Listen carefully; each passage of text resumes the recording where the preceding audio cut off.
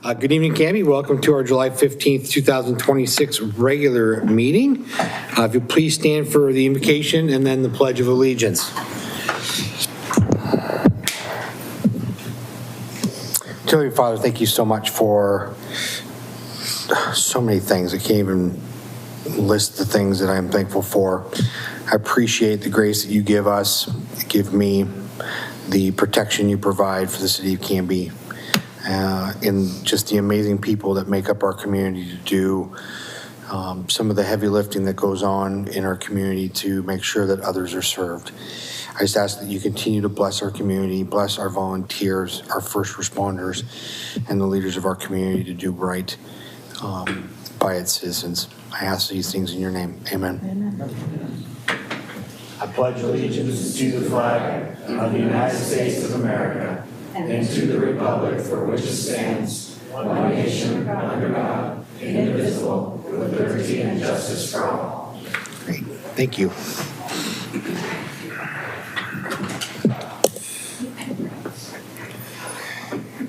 Ms. Teresa, roll call, please.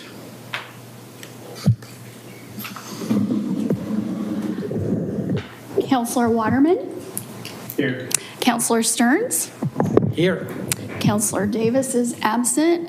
Mayor Hodson. I am here. Council President Hensley. Here. Councillor Maldonado. Here. Councillor Padden. Present online. Great. Thank you. Staff introductions, real quick. I want to welcome Jamie Stickle, who is our Economic Development Director. She's sitting in for our interim city manager. He wanted to go on vacation or something. I don't know. And I guess we approved it. So, yeah. So thank you for sitting in tonight, and we'll try to be courteous. Take it easy on you. Wonderful. I think we should hear any different. Yeah. And then also, if Interim Chief Gonzalez would stand up and say hello. As you know, Chief Tro retired last week, and so our interim chief will be holding down the fort there at this police station with all the men and women there to keep us safe and sound. So thank you, sir, for stepping into that role. All right. Next on the agenda is citizen input and public comment on non-agenda items or community announcements. So an opportunity to address the council on non-agenda items. If you have something, please fill out a white card on the podium there behind there out back, and then bring it to the city recorder. And then you can address the council for up to 3 minutes on anything that's not on the agenda. I have no white cards, so I'm presuming unless there's somebody that's wants to race up and do that now. All right, seeing none, I will move on to item 5, which is a proclamation for Zor Lutheran Church and Canby Kiwanis community. So it's Community Support and Volunteer Appreciation Proclamation. Whereas Zor Lutheran Church has been part of the Canby community since 1892. Whereas the Kiwanis Club of Canby has been part of the Canby community since 1938. Whereas members of both organizations, in cooperation, provided a weekly free dinner for anyone in the Canby community since July 14th of 2011. Whereas over 75,000 hot meals have been served over the past 15 years. It's amazing. Whereas these volunteers have provided 25,000 hours of service to our community through this program over the past 15 years, and whereas both organizations are committed to this ministry and service to the Canby community by continuing to provide hot food and warm fellowship to anyone in need each Tuesday from 5 to 6 p.m. at Zor Lutheran Church.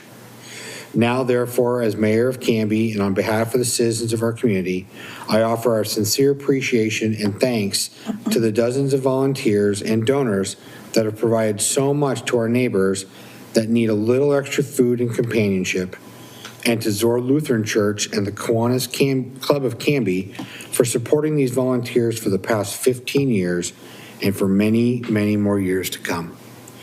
Given under my hand this 15th day of July, 2026 in the city of Canby, Oregon. And I think we have Lori Carmen and Barbara Kendall here to receive this tonight.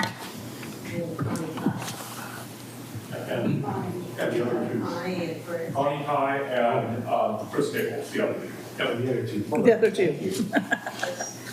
Well, I think everybody else that helps and comes to the dinner needs to stand up.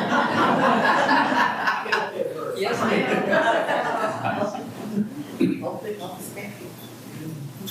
And Chris, come on. I think I see who's in charge. And all these other people. Thank you. Follow this calendar.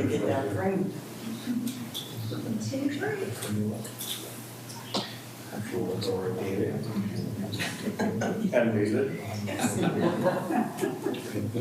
Great. If you'd like, you can say a few words if you'd like, or not. You have to see right here, speak right into the microphone. Well, I think everybody that helps at the dinner needs to stand up. Yes, please. We're not the only ones. Stand up. It takes our village.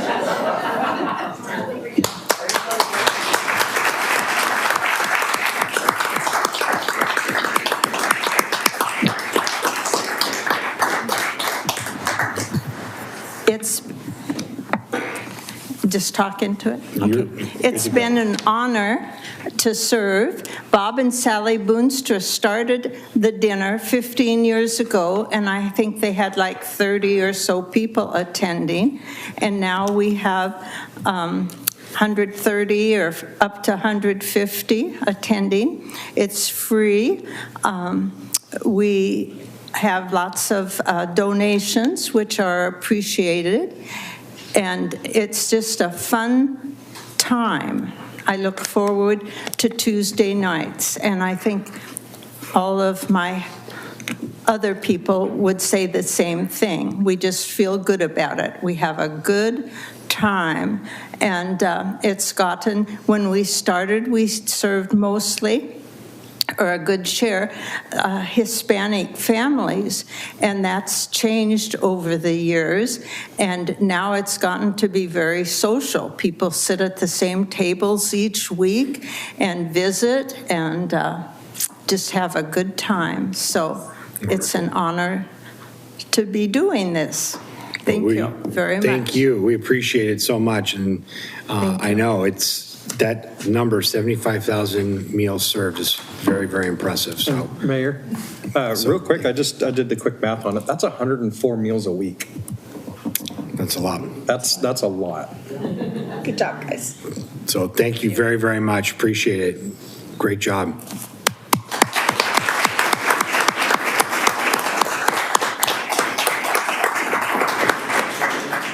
Now, you're more than welcome to stay the whole rest of the meeting if you'd like, or I can give a momentary pause and you can make your way out if you wish. Thanks, David. Go enjoy a summer evening. Yeah.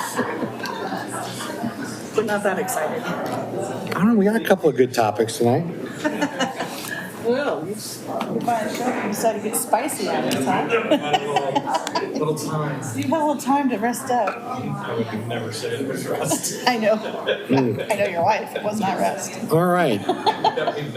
So item 6, I don't think there's any items that we're looking to move from the consent agenda, so Well, there's only one item on the consent agenda. go right into the consent agenda. So, Mr. Mayor, I move to approve the consent agenda that includes the approval of the June 17, 2026 City Council meeting minutes. Second.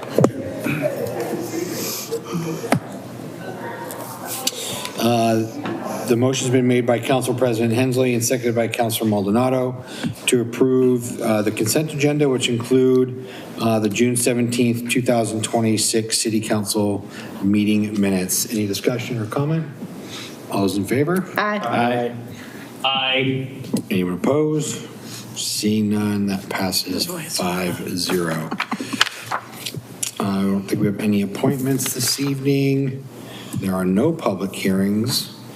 we have a slew of heavy-hitting ordinances and resolutions. So 10A is considering ordinance number 1674, an ordinance authorizing the interim city administrator to enter an agreement effective until June 30th, 2029, with a not-to-exceed amount of $437,192.95 between the City of Canby and Lucy Heal. Did I say that right? Heil, excuse me. Our city prosecutor, first reading. And good evening. Good evening, Mayor and City Council. Maya Benham, Administrative Director and City Recorder. I'm here with Jessica Roberts, Court Supervisor, and Miss Lucy Heil, our City Prosecutor. You may recall we were before you last May because Ms. Heil's contract exceeded $50K and we needed council approval. This year we're bringing her contract back, proposing to extend it up to 3 years and also include an annual cost of living COLA increase, similar to how city management receives the COLA increase, but not to exceed 5%.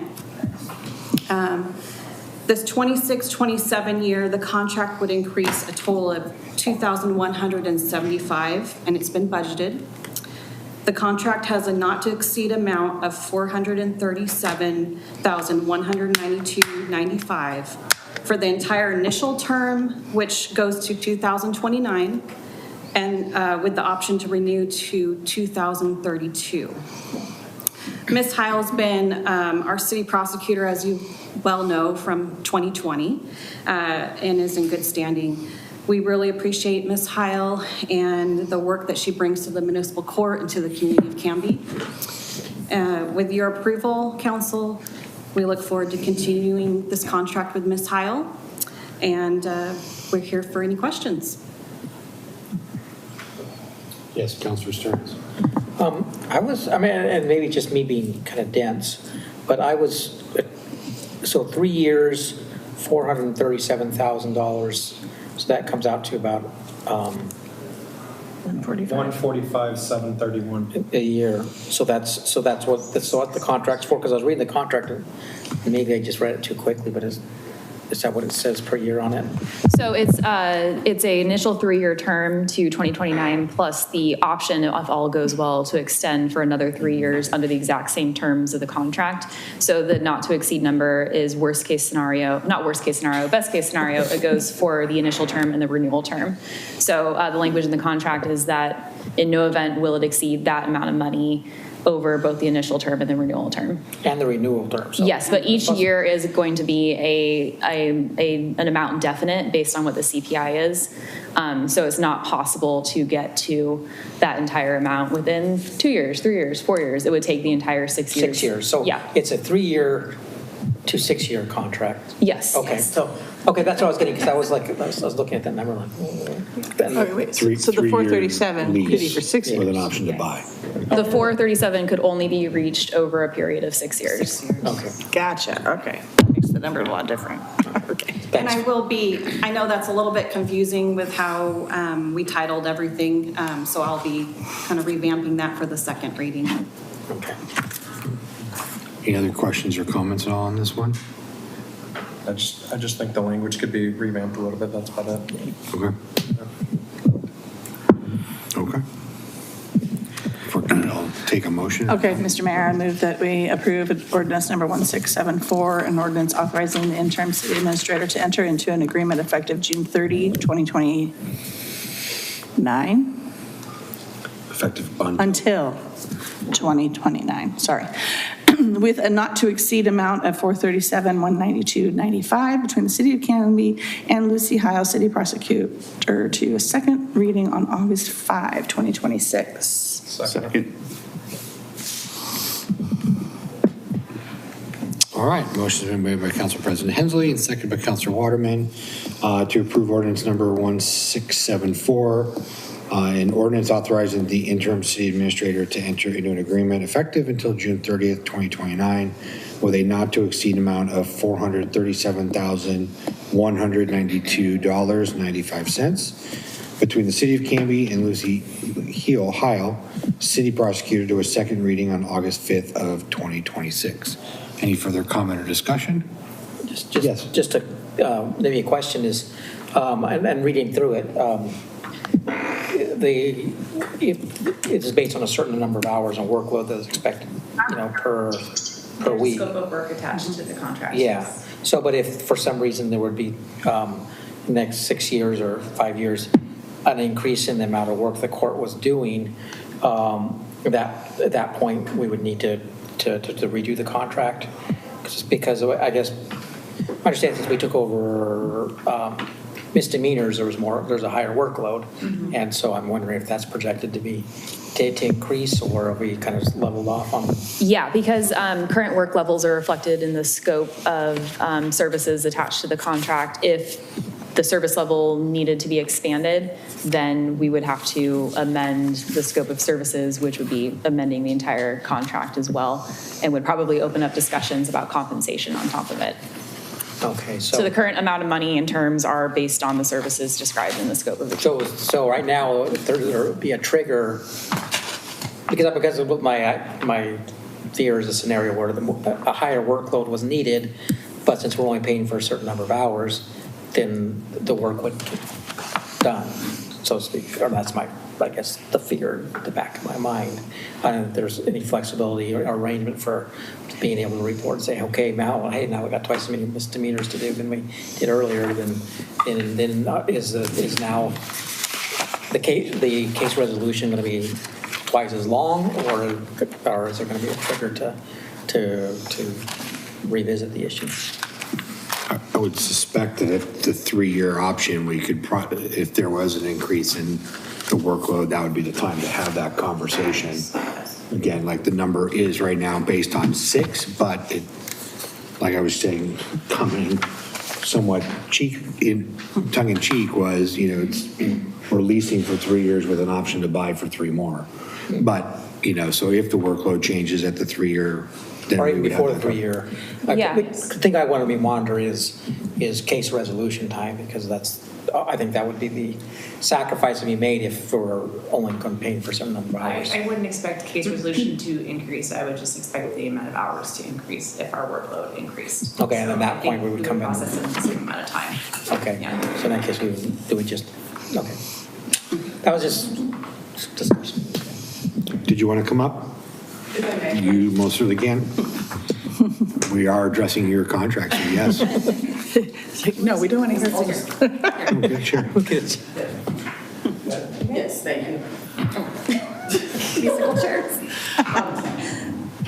Thank you very much for entertaining this. I just wanted to speak to you, Councilor Stearns, and to everyone. I will get the work done. I don't base how much work I do on hours in a day. If the work demand increases, I expect to address the work demand regardless of how much time it takes. In the next 3 years, I wouldn't be asking for additional compensation based on an increase in workload. If that helps at all. Okay, no, I was just, because I obviously, I wouldn't stop doing my job, because I had too much work, or requesting additional compensation at that time. I will do what needs to be done to get the work done, is what I'm trying to say. If it takes longer, it takes longer, but that is my goal, is to do whatever comes my way in the best way I can. okay. No, you've always been a consummate professional. Yeah, I appreciate so, that. I just, Thank you. I just wanted to try to assuage your concerns. If No, that's the right good. word. That's good. Yeah. Yes. And just for the record, I did look her up on the bar, and then I'm sure you did. no complaints or anything. So it's good. Hey, we are dutiful doing our research. Counselor Patton, comment, question? Yeah, I guess from my perspective, if the workload was to shift dramatically, then essentially it would be in violation of the contract and would trigger reevaluation of the contract anyways. So I guess to me, that sort of mechanism is already built into all of this based on any other contract process we utilize here at the city. Okay, agreed. That's fair. All right. Make the motion? Sure. Okay. Actually, we have a motion Oh, on we the already made table. the Yeah. motion? So Okay. we're good. We have a motion and second. Okay. You seconded it, Paul. I thought it was for the last one, sorry. It's okay. I guess then any other comment? If not, all those in favor? Aye. I, Anyone opposed? That passes 5-0. Perfect. Great. Thank you all very much. Next up is 10B, ordinance number 1675, an ordinance of the City of Canby, Oregon, amending Title 10 of the Canby Municipal Code to add Chapter 10.13, regulating the operation of electric-assisted bicycles, motor-assisted scooters, or e-scooters, electric personal assisted mobility devices, and vehicles manufactured for off-road use, and declaring an emergency. And I think we've got Interim Police Chief Gonzalez and Police Captain James Murphy. Good evening. Good evening. Good evening, Mayor and council members and acting city administrator, obviously support staff. If I may, before we go through this process, I'd like to make a short statement for about 30 seconds. Is that cool? Absolutely. I just want to thank you first for the nice introduction earlier about being interim chief of police for the Canby Police Department. And I just want to say it's a tremendous honor and privilege to be serving as the interim chief of the department in our community. My priority as an interim chief, it will be to support our employees and to maintain a high level of police services for our community, local business, and nonprofit organizations in the city. I also like to say that I appreciate very much from the bottom of my heart your confidence and support, and for me being as an interim chief of the police department. With that all said, I think I'm going to have Captain Murphy. He's done a tremendous work on this ordinance. He's been researching it along with having an assistant for our city attorney. I'll have him to explain it to you. Okay. If we have any questions, I'll be more than happy to answer some of the questions in the same with him. So, yes. Good evening. Good evening, sir. All right. Sir, as you pointed out, the purpose of the ordinance is to regulate electric-assisted bicycles, motorized scooters, electric scooters, electric personal assisted mobility device, which is quite a mouthful, and vehicles not authorized for use on roadways. The reason for that is public safety. The reason for that is reducing conflict in our community spaces. I don't take adding additional law lightly, or ordinance in this case. I don't like restrictions against people's freedoms, but at the same time, we're seeing a drastic increase in incidents, accidents, injuries, violations due to the rapid influx of this new technology with no regulation. The ordinance would be not replacing the Oregon Vehicle Code, it would be supplementing the Oregon Vehicle Code. And Mrs. Benham, excuse me, was kind enough to put together a slideshow for me, which is illustrated by this lovely ChatGPT photo to start off with. But moving on into the numbers, I'd like to show you guys some of the reasoning behind this, if you'd be so kind. I have access. I have never used this before, so. you have all the power. Scary. All right. I'm going to see if I can not mess this up. So if you want to look at the local statistics coming from the Oregon Health Authority. So according to the Oregon Health Authority, between 2021 and 2025, they're looking at the numbers. You can see that the injuries in the state of Oregon have increased from 211, in 2021, and to only 9 months of 2025 is up to 509 injuries. So every year it's increasing quite rapidly. I don't have the numbers for the complete of 2025, but it is a drastic increase, more than doubling, likely tripling the numbers from 2021 as far as injuries. As noted by Dr. Wright, they're not minor injuries, they're not scrapes. Frequently, they're head injuries, broken bones, and serious trauma. Those are the things that are being captured. If you want to look into the more serious end of it, the fatalities, 17 deaths by e-scooters or motorized scooter use. If you look at the numbers, 7 of those out of 17 occurred in 2025. That's 41%. So again, the numbers are increasing drastically due to the influx of this technology and the increased use in our communities. We're not alone. We're not on an island. If you look at the numbers nationally, it's kind of staggering. It breaks it down into the self-balancing scooters, e-scooters, but overall, the number of injuries are catastrophic. You're looking at almost, well, over 500,000, almost 750,000 injuries from 2017 to 2024. And then breaking it down into the reported fatalities. Obviously, it's tragic. I don't want to see these things happen in our community. We've been quite fortunate. Unfortunately, we've had one very serious injury which required hospitalization, which was a near miss and could have very easily been a fatality of a child on an electric scooter on Highway 99E. One of our neighboring municipalities has had 3 catastrophic injuries requiring hospitalization due to electric vehicle use.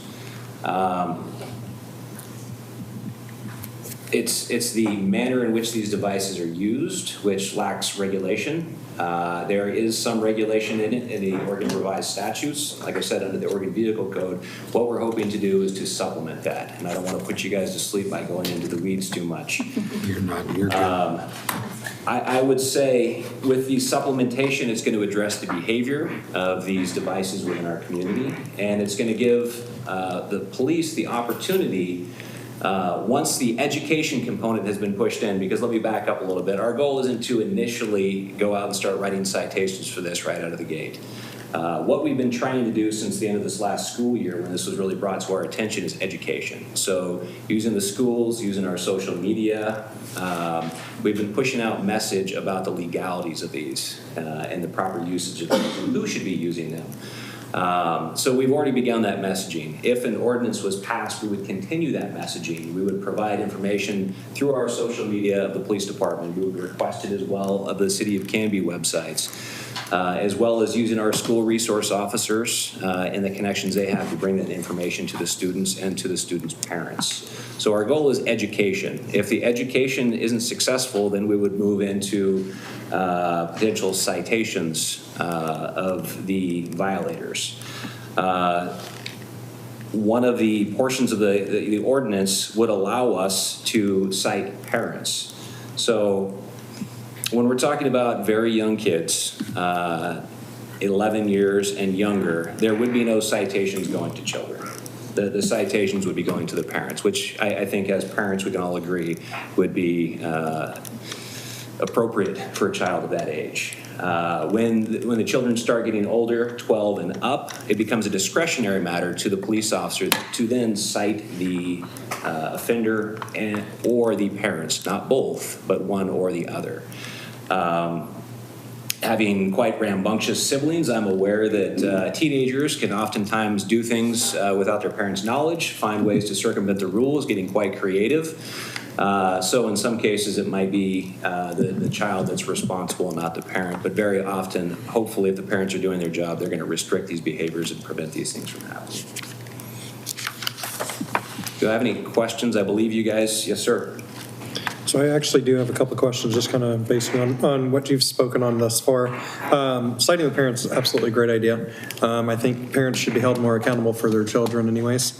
However, if you go to cite the children, what would that entail for the children?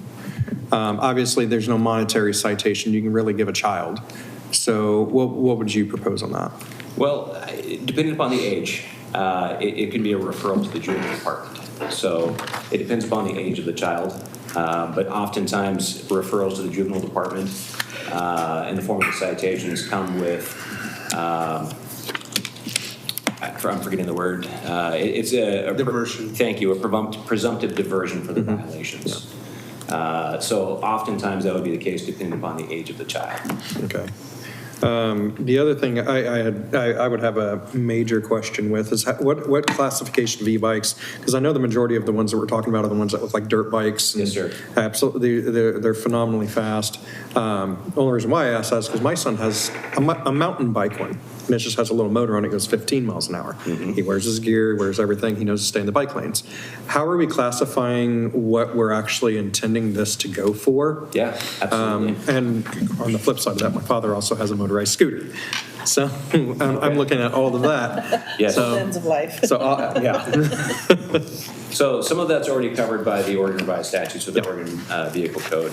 So if you look at the definitions, you can move down to the definition for a vehicle manufactured for off-road use. If it doesn't have pedals on it, that's the category it's going to fall into.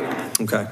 If it's an electric bike, and I say that with air quotes because oftentimes that's what people refer to them, and they don't have pedals, it's an electric motorcycle. And it's really going to fall into this category, which there is no authorization for use in our roadways in the state of Oregon. Yeah. So that would be a violation immediately already. As far as the bicycles, it's going to fall into one of the three categories: the Class 1, Class 2, or Class 3. And then, of course, the vehicle code is going to determine what ages are appropriate for the uses of those. Okay. Our definitions mirror the definitions per the Oregon Vehicle Code. So for the Class 1, starting in January, it's going to be 14 years of age and up. For the Class 2 and 3, it's going to be 16 years and up. Okay. For the scooters, it's going to be 14 and up starting in January. Okay. Yeah, no, I vaguely remember Baker Prairie launching and doing kind of a soft launch on this. Officer Woolers obviously spoke with all the kids and everything about it. And I kid you not even a week later, there were 7 more e-bikes just parked in the bike rack. Absolutely. So They're popular. I'm sitting here going, just confiscate the bikes at this point. All right. Let's see. Heck, that touched all of them. Thank you. Yeah, absolutely. I appreciate it. Yes, sir. One of my concerns that I've always kind of had, and something that's kind of missing from the statistics, is what are the, I would assume that the e-bikes have a, maybe a greater accident rate than regular bicycles, but have, as a frequent pedestrian, I don't see the big difference between being hit by electric bicycle versus a regular bicycle. And I'm wondering how the operation of non-motorized bicycles is treated differently than the electric pedal assist bicycles. Are the pedal assist bicycles being treated just as another bicycle, or is this going to be more than that as compared to motor versus non-motor bicycle? It's a good question.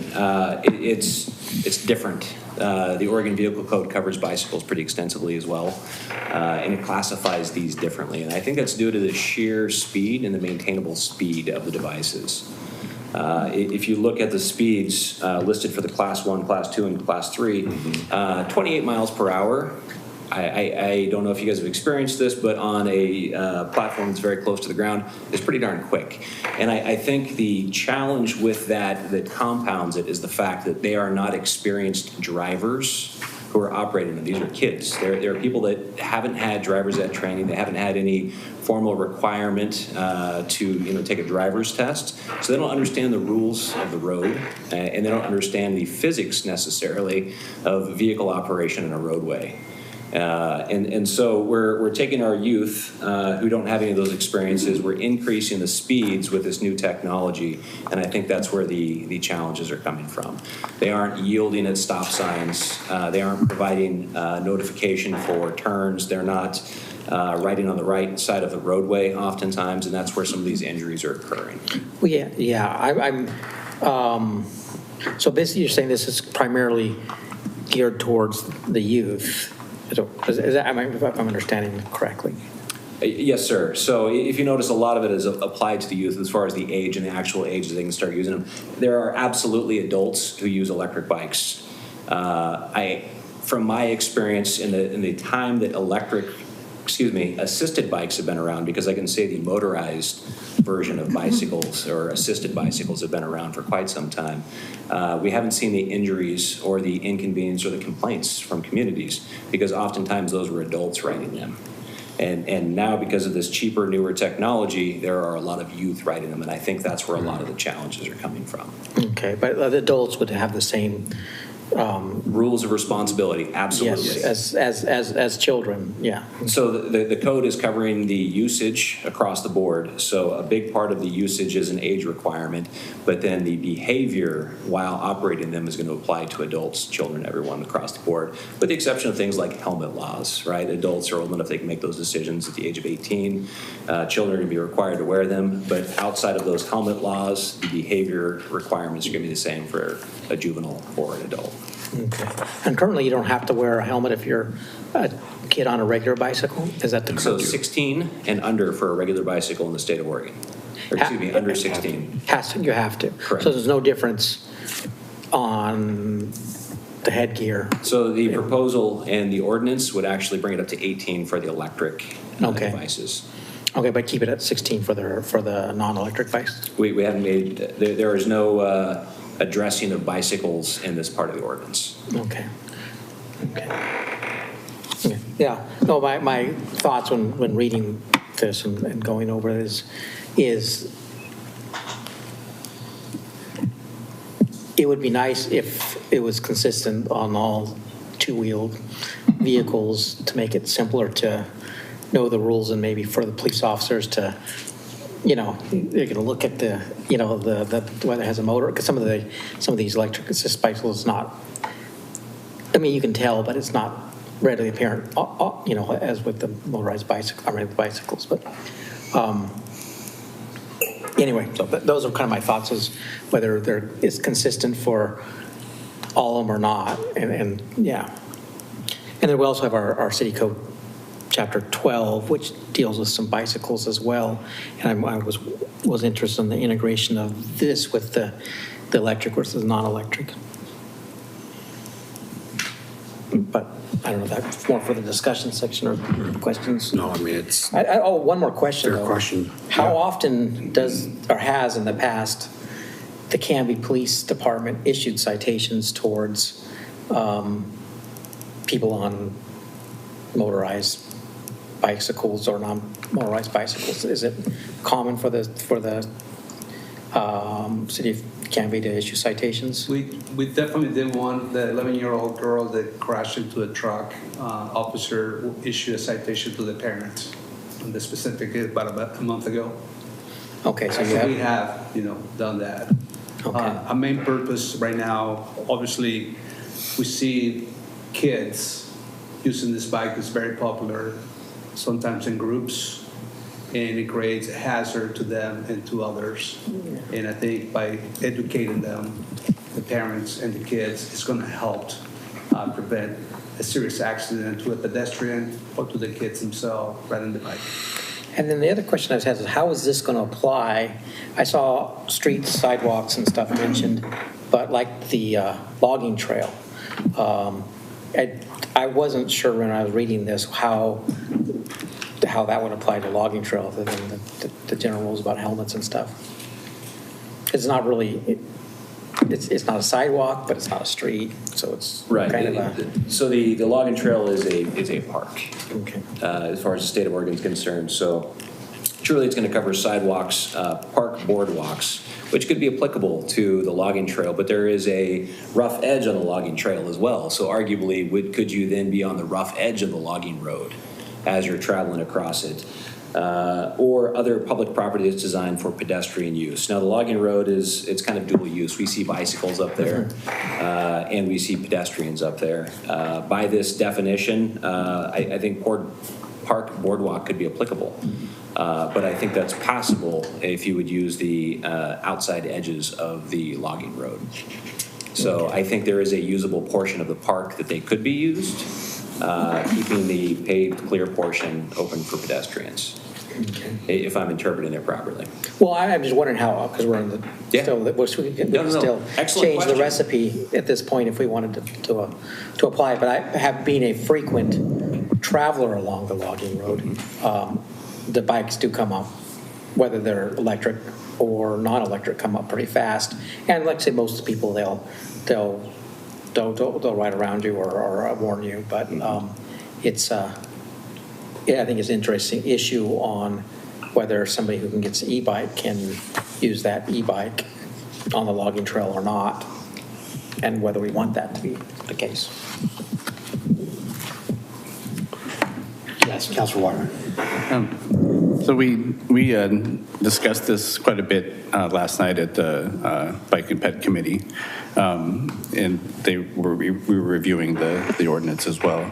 And it had come up about the multi-use part of the logging trail, but it is a multi-use trail, and so the same rules would apply as whether you're on the street or whether you're on the trail, is making sure that you're following the signs. It says in the ordinance that if you're going to pass somebody, you have to give a verbal or, an audible warning that you're making the pass, et cetera. So all those things are technically still viable, whether it's on a logging trail. Also, there's some gray area in the public or private open areas, like parking lots, like Fred Meyer's parking lot, et cetera, even though it's not public and it's kind of private, but it's open to the public. So, those type of things where there's a little less enforcement, but there's still expectations of following the rules and, et cetera. So there's a lot of talk on those type of things at the committee. Yes, sir. Yes, Councilor Maldonado. Just one more quick question. You had mentioned earlier, obviously, we're not just going to go gung-ho and start citing everybody. What are your plans for education on it? Yeah, excellent question. And I'm going to go back a little bit further and say that if it's an egregious offense, we most definitely could cite someone out of the gate if the ordinance is passed. Of course. Yeah. But that's not the goal. The goal, like I stated, is to educate first, because we just want people to comply, because our goal is the safety of the community. Mm-hmm. Our goal is to push it out through every means we have available to us. Obviously, city council meetings, we're broadcasting, so our public's becoming aware more now than they were previously. We're going to be using the avenues and resources our school resource officers have available to us, because I think that's the big audience. That's the group of people we're really concerned about. Mm-hmm. That where we see it's being, where I should say they are being abused in potentially hazardous ways in our community. We'll be using our social media, and I believe we would be able to put it on our website as well. I would request that the City of Canby also mirrors us and provides that information, not just on the police side. We've got a great partnership with the fire district. I would love to talk to the fire district about sharing this information as well, because it's a community issue, and they are the ones that are going to be showing up if there is some sort of catastrophic injury to a child or transporting them. So I think all of our community partners would definitely chip in and help get the information out that, hey, we have new rules and we need to make sure that people are abiding by them, and we would use all of those avenues. I just to add a little bit to that, I'd probably search some sort of an avenue of some sort of temporary signage stating intent on what's going on, what's to be expected of e-bikes, something stating, e-bikes with riders, ages, group, restricted or whatever, just something to be visible whenever we can't be. Yeah, no, that's an excellent point. Yeah. Councilor Patton? Yes, thank you. I think that this is a good first pass at how we're going to evaluate and tackle this. This technology is changing rapidly, and I foresee us having to revisit this from time to time in order to make the necessary updates. Case in point, it's been mentioned about pedal assist bikes and ones that have limiters and stuff on them. There's information readily available online on how to hack into these machines, how to remove the limiters, how to boost them so they go faster. So even though it might be a pedal assist bike, it can very easily be turned into something that will go much faster than what it was ever intended to be done. Be going by the manufacturer's specifications. And I also dare say that if someone is able to get a pedal bike, a regular pedal bicycle, up to some of the speeds that these are, then they need to enter the Tour de France tomorrow, because they will surely win it. It is very difficult to do that unless you're going down a significant slope. from what I understand. The other thing I think that is important for people to remember is that while we are putting this in place, this does not mean that the Canby Police are going to that officers are going to be patrolling the logging trail road or essentially clamping down on this in any significant way. This is a tool for, I see this more as a tool for when people are complaining or when folks, just like lights, they are not going to be dedicating 100% of their time to catching kids on e-bikes or teenagers or adults on e-bikes who are violating this rule. So I think that is a good expectation to put out there for folks as we roll this out. May I? You may, sir. That is 100% accurate. So our first job is to reduce crime and the fear of crime, to protect the public. This definitely falls into the protection of public, but we have many jobs that we must do on a daily basis. I will say that oftentimes things jump out in front of us when we're out on patrol, when we're out doing our job. Things happen, and when we see kids or adults or people who are committing the violations, we will contact them and we'll attempt to educate them first. So it's absolutely right. We're not going to make a goal and a mission of going out and trying to enforce this ordinance. It's an additional tool that will help us out. As the counselor pointed out, we receive complaints. So when we receive those complaints, we can then make contacts and provide that information. If we happen to witness or see something, again, our goal is to provide that information. I don't believe any officer I know within our agency wants to be punitive against anybody in our community. That's not the goal. But our goal is to keep everybody safe. And, you know, at some point we may have to issue the citations, but out of the gate, definitely not. And yes, like I said, we have bigger fish to fry on a daily basis than e-bike riders, unless it's a call that comes in. And as far as the police department, we have a few community engagement situations like the bike rodeo. We got little kids, but it's a time for us, because we're in a friendly environment, to educate the public, educate the kids. The Grill and Chill, we get a lot of kids over there. We can have officer educating, have any opportunity we can when it's that friendly environment with people having fun, to educate the public. Having this ordinance will help us to educate the families, the parents, and the kids. Canby's a big night out, and that should be a pretty good spot to educate. This is an interesting, it is, the technology. I mean, I've seen this a lot over the years, and so initially I think we were just trying to make sure that logging trail and sidewalks were safe for pedestrians, and here we are, we're talking about, you know, as you started, Captain Murphy, with like, I want to impinge on rights and, you know, whatnot. And so this is an interesting path that we have to kind of look at and take. I mean, I go back to when I was a kid and it was 10 or 12 of us on our bikes wheeling through the neighborhood or through, you know, whatever convenient mart we were going through the parking lot. Then it became skateboards. And, you know, the little skater punks on the sidewalks, and I being one of those, you know, and using anything and everything to jump off of or whatever. And rules and regulations get made and put into place. So, yeah, I get the safety component for sure. Yeah, it's a little, I want to make sure we're not being punitive, and I don't want to make sure that we're not being preventative of being able to use these items, but at the same time, what's the balance between that and safety? So that's my interesting tidbit on it. Council President Hensley. Well, I am all for this. Seeing many posts on the lovely Facebook. I know that this is an issue in our whole city. But I did want to say that I did speak with a constituent last night whose kids own these, and he is all for it. and he thinks that the parents should be held accountable.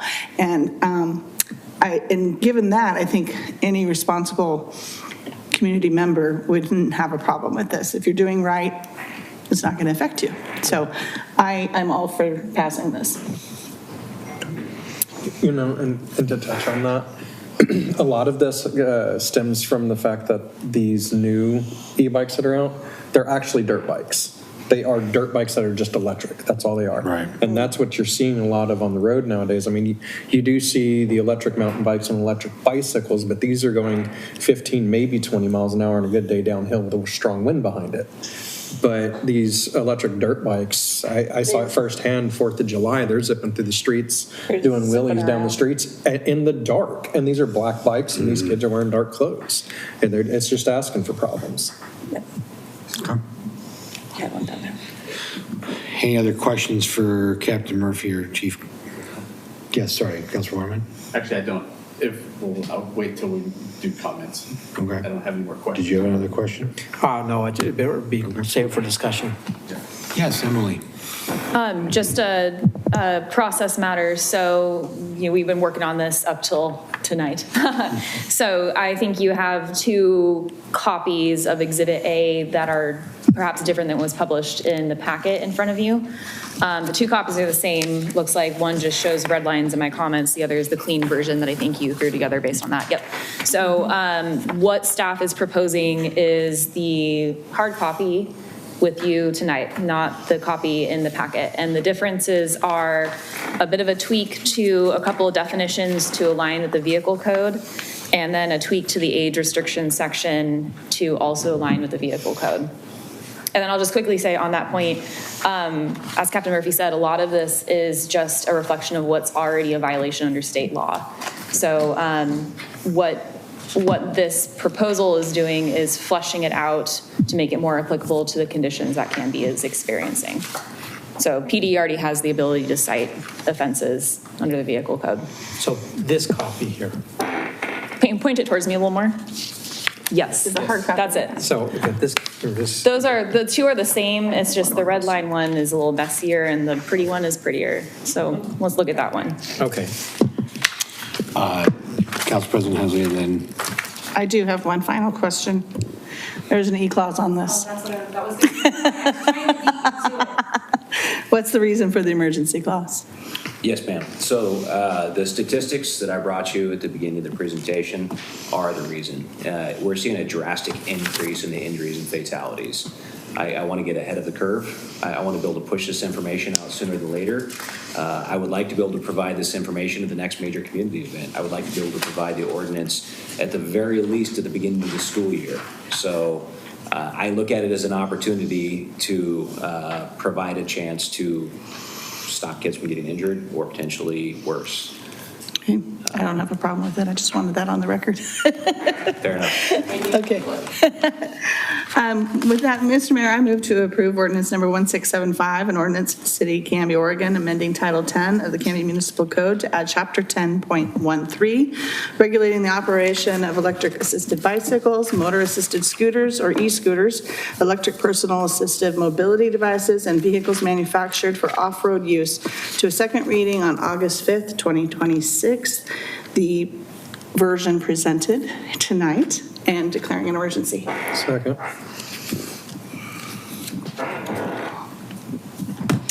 Okay, motion's been made by Council President Hensley and seconded by Councilor Maldonado to approve ordinance number 1675, an ordinance of the City of Canby, Oregon, amending Title 10 of the Canby Municipal Code to add Chapter 10.13, regulating the operation of electric-assisted bicycles, motor-assisted scooters or e-scooters, electric personal assistive mobility devices, and vehicles manufactured for off-road use, and declaring an emergency. Any further discussion or comment? Councilor Stearns? Okay, so this is, I'm very much in favor of having an ordinance. I'm in favor of the way it is written, so I don't want to take this the wrong way. And plus, what comments I said earlier, I'm much in favor of people getting warnings first for a while before getting citations. What my issues I have with it is having a particular job of trying to interpret and enforce vaguely written laws sometimes, or contradictory laws that do that on a daily basis. I like to see if it's possible to maybe do some clarifications in this that might make it a better law. The first thing refers to the logging trail, under section 10-13-30, it says no person shall operate an electric assisted bicycle or motor assisted e-scooter.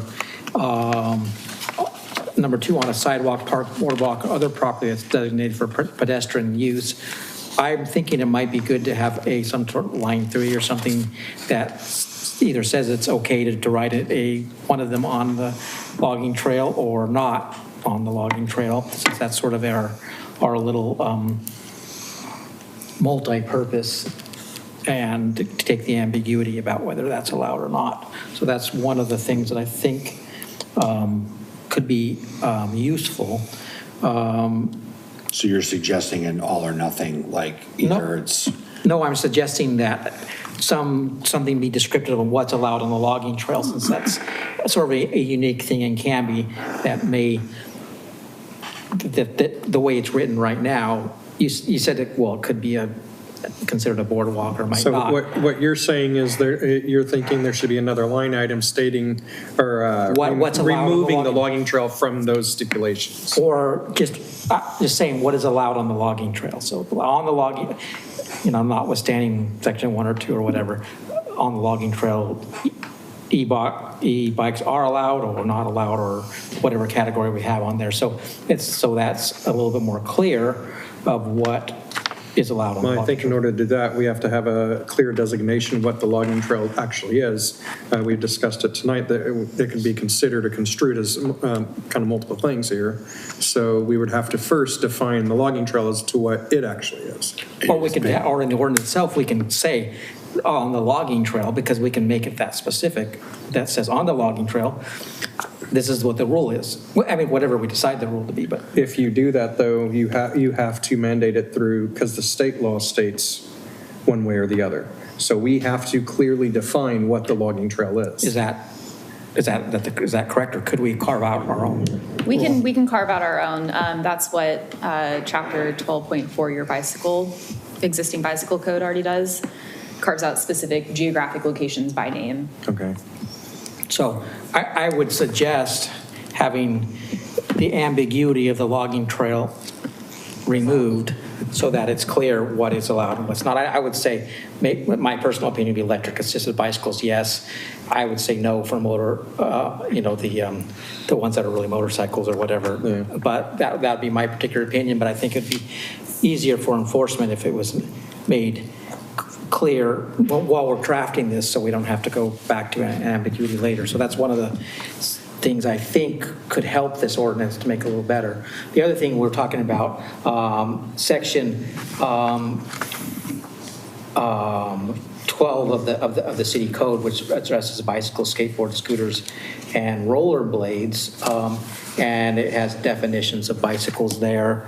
And I think it could be an opportunity to make sure that is updated and it's clear that the definition be updated and clear in 12 that some areas are prohibited, some areas are not prohibited, and maybe say something either notwithstanding what's in section 12.4, 12.40 in the current municipal code, that be made consistent.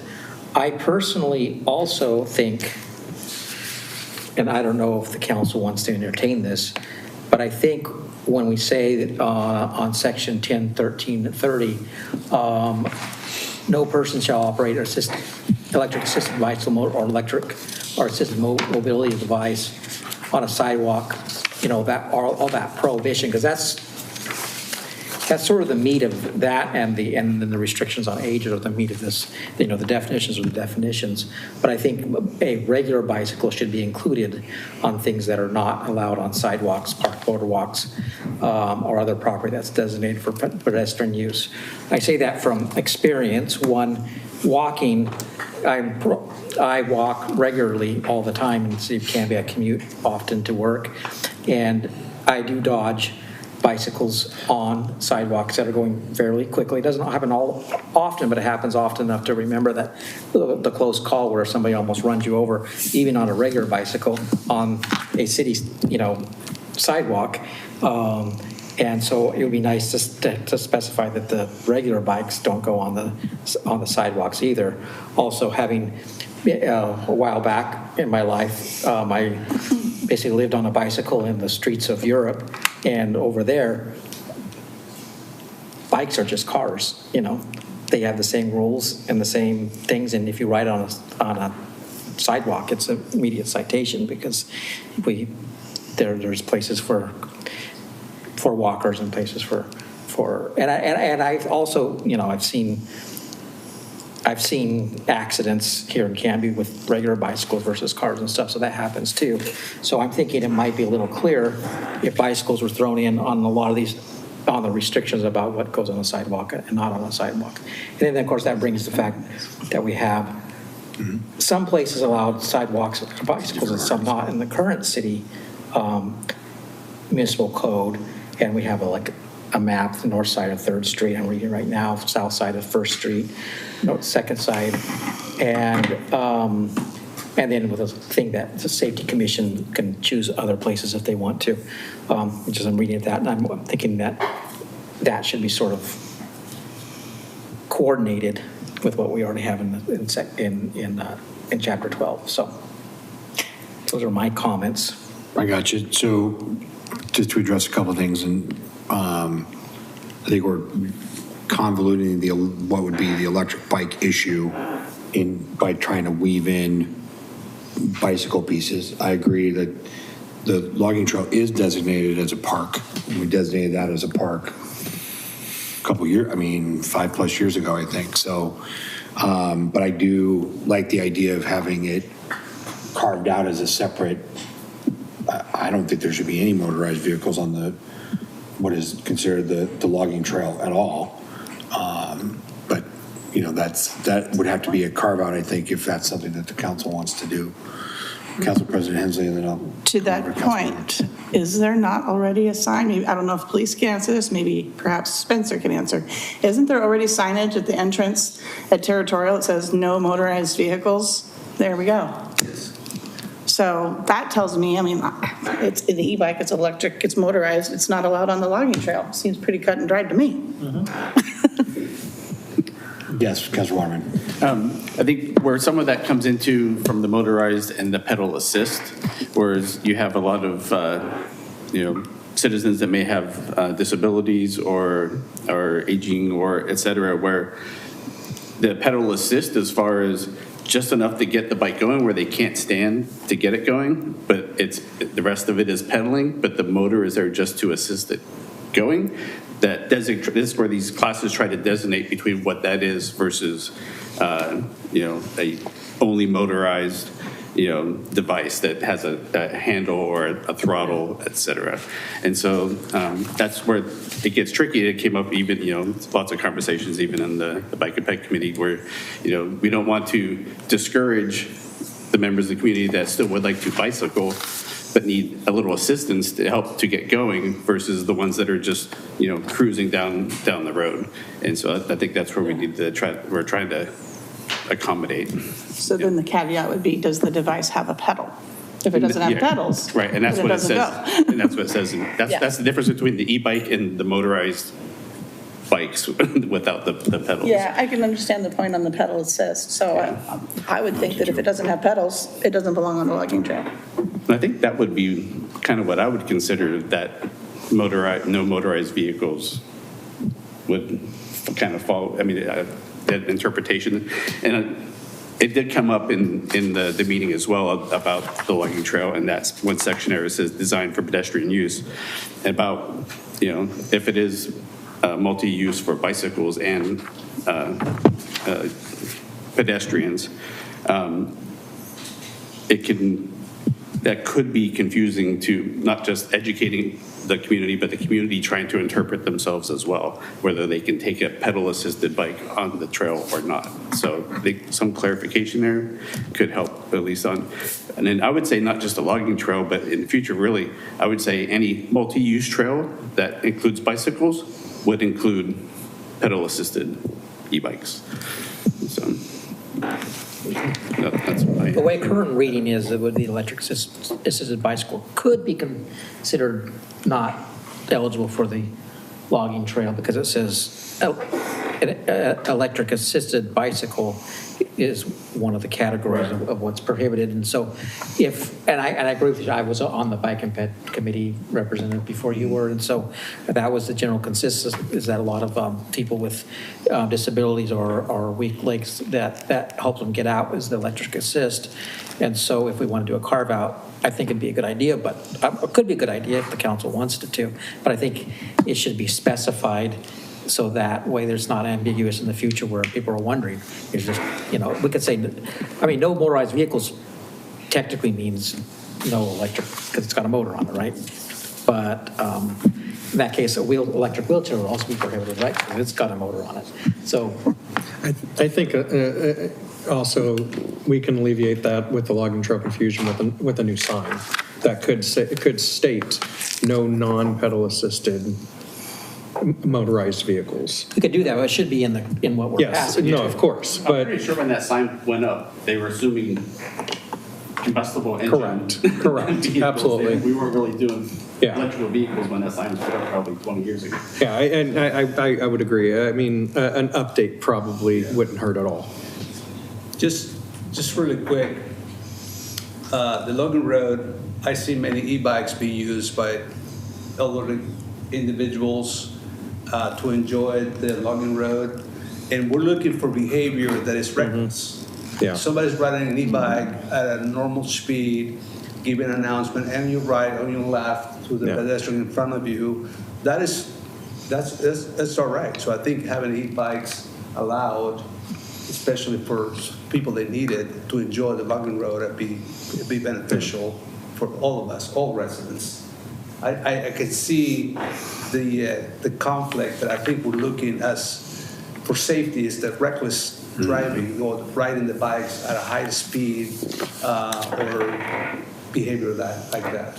See what I mean? Essentially, you're wanting to target the reckless behavior more than you are the usage. Yes, I mean it's nice to have it. Some people need it. For instance, let's say elderly couple, one person can do assist, but the other can't. But they want to be together and enjoy the Logan Road. I think it will be like he suggested earlier. We don't want to infringe on people's rights to enjoy themselves. Yeah. So it's a balance that we got to walk. So I think that we got to consider.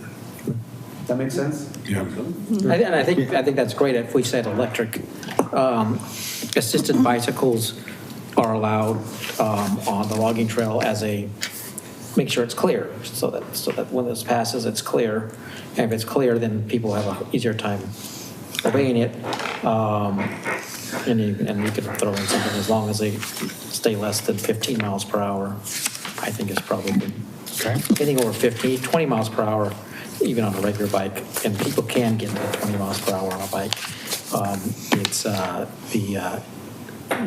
It'll hurt if it hits you at 20 miles per hour. Councilor Patton, you had a comment? Yeah, I think, so I think all these are very valid concerns. And what I would say is this.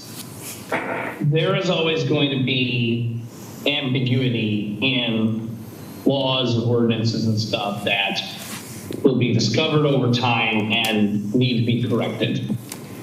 To me, it is clear that Canby PD needs something sooner than later to start to address this behavior. And I think that what is being presented tonight is an excellent first pass. Could there be some corrections? Yes.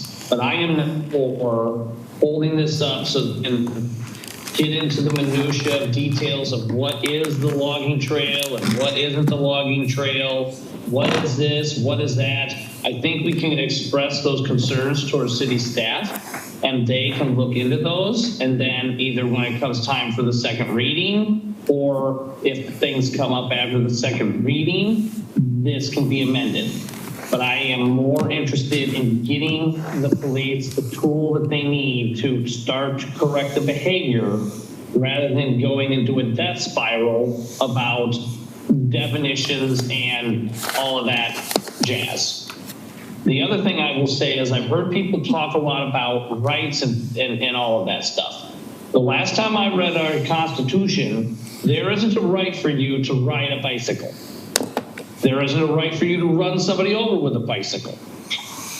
Just like there isn't a right for you to drive a car or kill somebody with a car. So if you're behaving properly, using these machines, you're not going to suffer some sort of undue consequence. But if you're being an idiot or you're being obnoxious or you are being reckless towards people in our community, then you are going to have to see some sort of consequence. So I guess that's where my thoughts are as I continue to hear this conversation. No, thank you, Councilor Patton. I mean, it's, we don't up here in the dais don't write these ordinances and whatnot. That's why we have fabulous city attorney that helps us out with that. And then for you all to be fine tuning what we've said here, hopefully there's something that can be tweaked or if not, but I agree with Councilor Patton, like something we need to keep it moving so that you guys have the tools for sure. Yes, Emily. It sounds like the parks, because this trail is designated as a park, is a hot spot for like, yes, people want to enjoy it, but it's a high use area. So people driving recklessly is an area of specific concern. Maybe a solution here is to put something in that says that for designated city parks, it may be possible to operate electric assisted bicycles or whatever, subject to rules. And then those rules can be adopted administratively by staff based on your existing parks already have rules, right? Like open and close periods. How are those established? Is that in the code or is that just something that staff did based on best practices and in their experience? My experience has been is it was best practices and then, approved in that way by council. Could do something similar with this. Okay. Would you be interested in seeing language to that effect for the second reading? Sure. Yes. I think it just, I hear Pat's concern, I do want to push it forward, but if we have an option to make it better while we're pushing it forward, then let's make it better. Yeah, I just took a look at your charter. It doesn't prohibit changes to an ordinance between first and second readings. There's a general rule out there that I don't know very well off the top of my head that says you can't change a lot between a first and second reading, but this might be something that is minimal enough where we can toss it in and keep things moving to a second reading. Perfect. But I'll double check that part. Okay. So the question has been called. All those in favor? Aye. Aye. Aye. Anyone opposed? All right, that passes 5-0. All right, gentlemen. Thank you. Thank you very much. Thank you both. Of course. 10C, resolution number 1465. Resolution referring a measure proposing an amendment to waive or modify a city administrator residency requirement to the city charter to the voters for the November 3rd, 2026 election. And Emily Gaimon, our city attorney, will present. All right, so this is the official ballot measure language for the proposed revision to your charter. The question put in front of the voters is whether to add that language to Chapter 5, Section 2 of the charter that would give council the authority to waive or modify the general residency requirement already in the charter, subject to rules. I can talk about that part more if you want, but I think we've talked about that extensively. So what I have for you today, just to get in front of you so we can start thinking about it, is a draft policy put together based on our conversation at the work session last time. We can talk about this a little bit right now if you want to. We can hold it for some other time and just keep moving the ballot measure forward. What would you like to do? I think the ballot measure stuff is time sensitive, so we can get it done in time to put it on the ballot. I think there's time to talk about the policy. Well, do you just want to take a quick look at this? Sure. Or, okay, here. That should be enough copies if you take one, pass it down.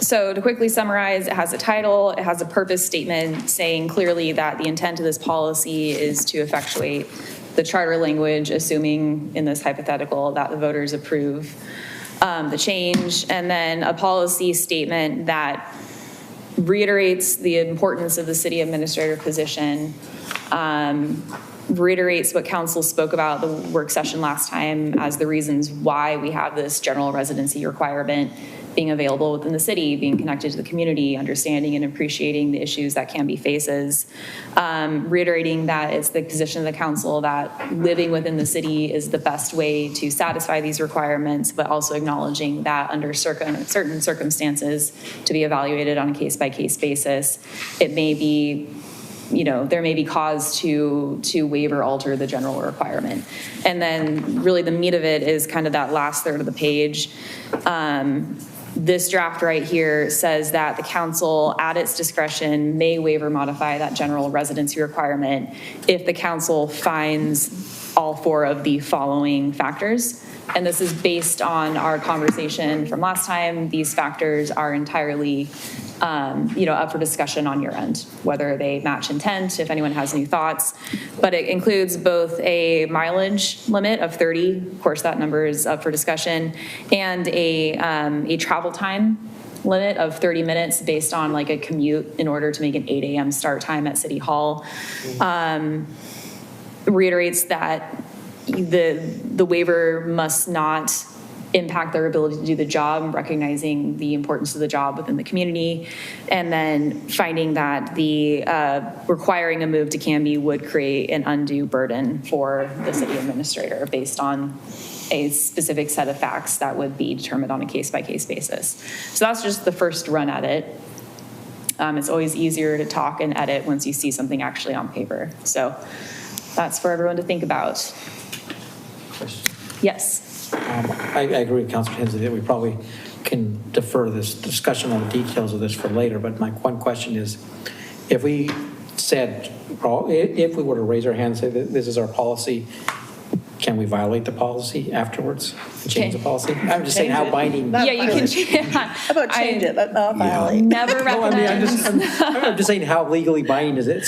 Can somebody say, you should have chose us because I did live within 30 minutes or something? And, I'm just wondering how binding would it be? That's a good question. I see that as kind of two questions in one. The first being what happens if we violate the actual written word of our policy. I never recommend doing that because it leaves you open to attack that you acted for discriminatory reasons, for other kinds of unlawful reasons, arbitrary and capriciously. Second part of that is someone disagrees with how you interpreted and implied your policy. That's always a risk no matter what the policy is. I've drafted this one to walk a line between having discrete metrics that are pretty much unassailable. I guess someone could argue a little bit about commute time, the 30 minutes, but 30 miles to the city's border is a pretty, black and white fact. But at the same time, build in the discretion for the council to evaluate things based on the facts of the certain situation, which is number 4. So, someone may not be able to argue with the 30 miles part, but they could argue that I had what should qualified as an undue burden, and you found that it was not an undue burden, and I disagree with you on those grounds.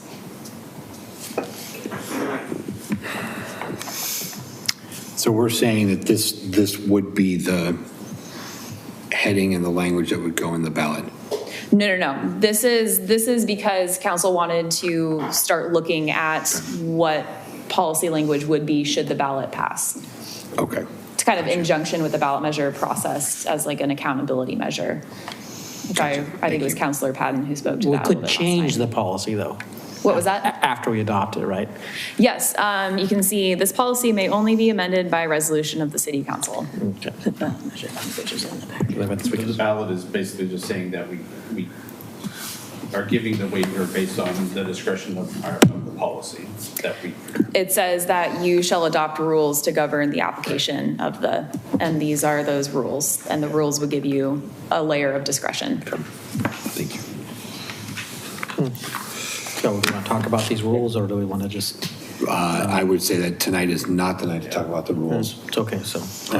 But I think what's I just re-looked at the packet. I think what's there is what we're wanting to move forward with tonight. So we can make that as part of and what is the next couple of deadlines for ballot measure items? Things have to be referred, oh, Maya walked out. I think it's early August. Okay. Early August. So the ballot measure doesn't require you to adopt this. I just said I would bring something for you guys to look at the next council meeting. So here we are. Perfect. Councilor Patton?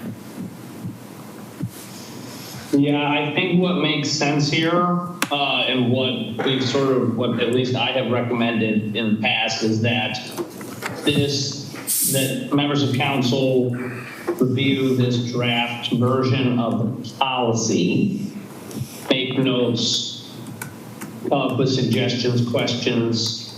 I believe it was mentioned to send those on to either Emily or Maya or the city administrator or whomever. They will compile them, and then there will be another meeting of the subcommittee to sort of review those things and begin to hammer out what this policy would look like. Right. Perfect. Did you have a comment? Okay. Any other information there, Emily, we should know about? Okay. Nope. All right. Mr. Mayor, I move to adopt Resolution 1465, resolution referring a measure proposing an amendment to waive or modify city administrator residency requirement to the city charter to the voters for November 3rd, 2026 election. Thank you, sir. Second.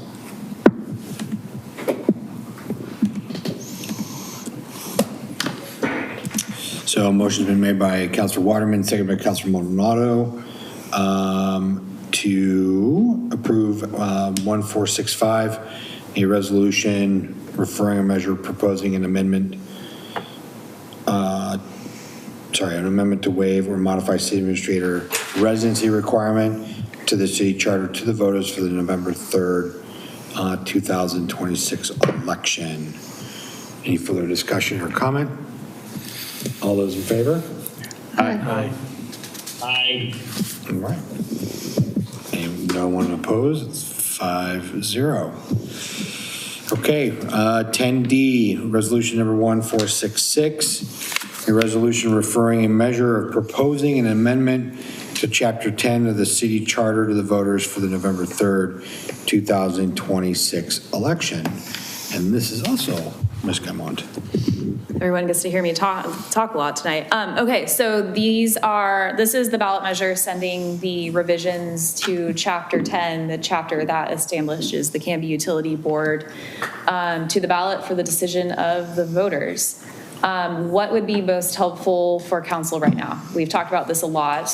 I can go do a high-level overview of all the changes, or if that would be best. I would say for those that are here, as well as those maybe viewing at home and watch this later, a brief overview of what we're proposing and why. Okay, got it. So current status right now, Chapter 10 establishes the Canby Utility Board. It establishes an electric department of the city and a water department of the city. It gives Canby Utility Board, and Carrie's here tonight too, thank you, sorry, gives the board exclusive control over the electric department gives the council control over the water department, but gives the council the ability to delegate its control over the water department to CUB. And council did this back in 1982 via an IGA that's been in place, basically ever since then. So for the past 40 plus years, CUB has effectively acted in control of both the water and the electric departments.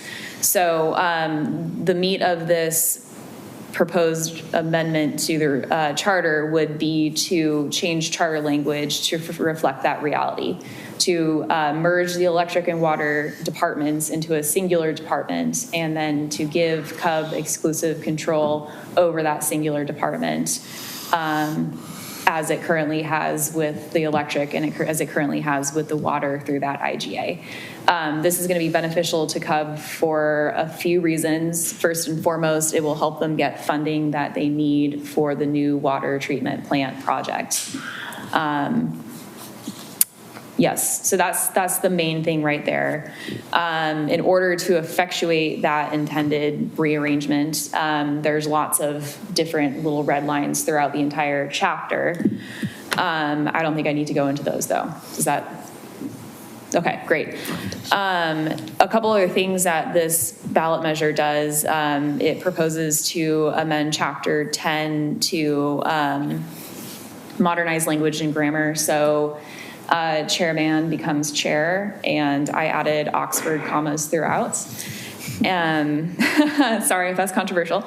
It also increases board members' maximum number of successive terms of office from 2 terms, so they can serve 2 terms back to back right now. Increases that number to 3 terms back to back.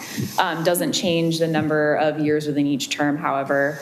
And it also changes language to clarify the general manager position's role. So the general manager is like the city administrator equivalent for CUB. Carrie acts in many of the same ways as Randy does, with that same delegated authority to her from the board.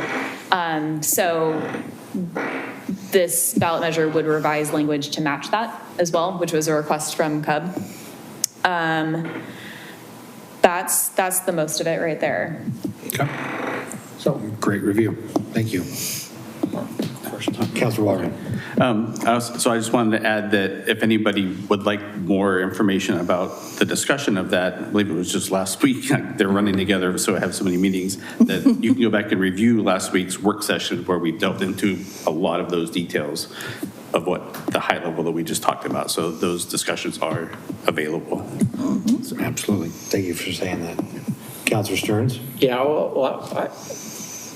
as far as I was aware going through the process, being on the subcommittee, all of these pretty much just codify things that are already practices right now. Correct? I don't know if there's anything new that's Canby Utility Board will start doing. They won't start paving the roads or anything like that. So I just want to make sure that's clear, because I think that was most of the intent of these updates, was just to put in the writing what was already the practice. Yes, it brings language in conformance with how things are currently working and sets CUB up best shot of getting funding for projects coming down the line. Okay, and they already talked to bond council about that. I remember that was one of the things they were going to do. Yeah, I think conversations are ongoing with bond council. Yeah, I know that I missed, so that's probably, okay. Councilor Patton?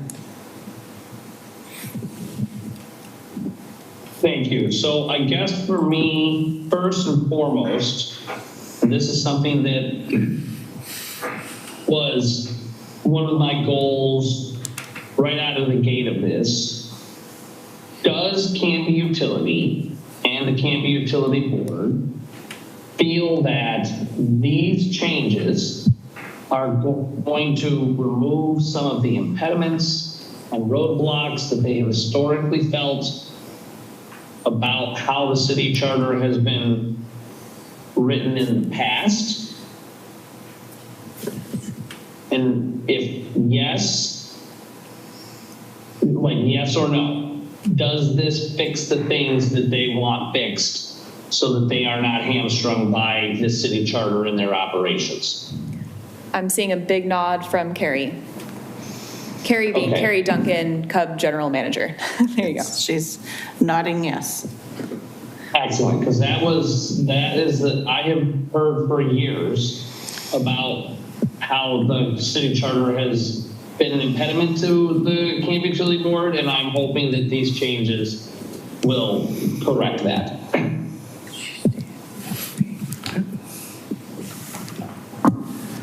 Great. Thank you, Councilor Patton. All right.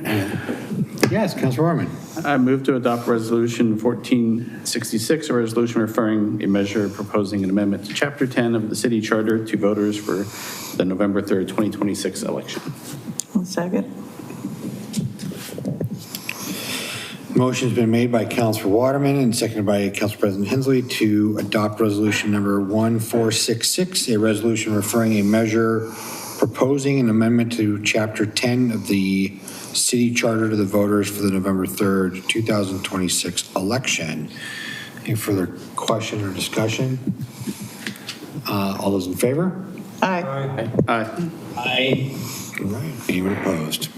Passes 5-0.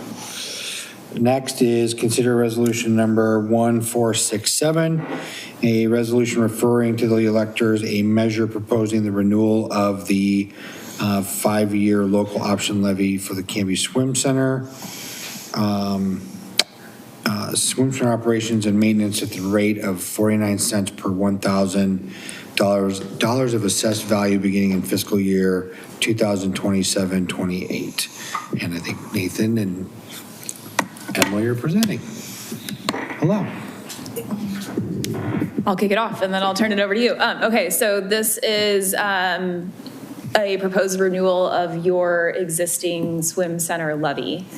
Swim center levy expires with the end of this current fiscal year. And this would ask the voters to renew the levy for another 5 years at the same tax rate. Don't really have a lot to add. I mean, obviously, we're thankful. We've had 5 successive 5-year levies, so we've been operating for 25 years under this system. And as has been stated in other meetings, we do not survive without that. So it provides about 85% of our operational budget. It allows us to continue to serve our community, provide swim lessons, and keep kids safe. No, it's an important levy, and I think, and again, we're keeping it at the same rate. We're not asking for more money to Absolutely. do our operations of the pool. So our pool team has done a great job with Thank you. keeping the pool running and operating. So we really appreciate that. So Mr. Mayor, I move we adopt Resolution 1467, a resolution referring to the electors a measure proposing the renewal of the 5-year local option levy for the Canby Swim Center operations and maintenance at the rate of 49 cents per 1,000 assessed value beginning fiscal year 27-28. Second. motion's been made by Council President Hensley and seconded by Councilor Maldonado to adopt resolution number 1467, a resolution referring to the electors a measure proposing the renewal of the 5-year local option levy for the Canby Swim Center operations and maintenance at a rate of 49 cents per $1,000 assessed value beginning in fiscal year 2027 to 2028. Any further comment or discussion? Councilor Stearns. Just a question. I mean, this is for the next 5 years, so we don't anticipate the need for more operating revenue during that time? I'm just saying. No, we have historically been able to live within our means. Okay. Yes. That's good. Just nothing else? All those in favor? Aye. Aye. Anyone opposed? Aye. That passes 5-0. Great. Thanks, Thank you very Nathan. much. Yeah. All right, moving into other business, we have the UV project update. Mr. Mahoney. Hello, sir. Good evening, everybody. How are you? Great, how are you? Good. Is this your first presentation to us? I believe it is. All right. Yeah. Perfect. So I was just coming tonight to give you all an update on our longstanding UV project that's been in the works since I've started working here a little over 2 years ago. There's been a lot of research and looking into different equipment options, and we even had Kern McLeod do a study on historical flows for our plant. Last June, he was able to give us a report on all that, but over this last winter, we saw a very wet December with the city being inundated with rainwater. We did see flows hit the plant that were somewhat unprecedented for that facility.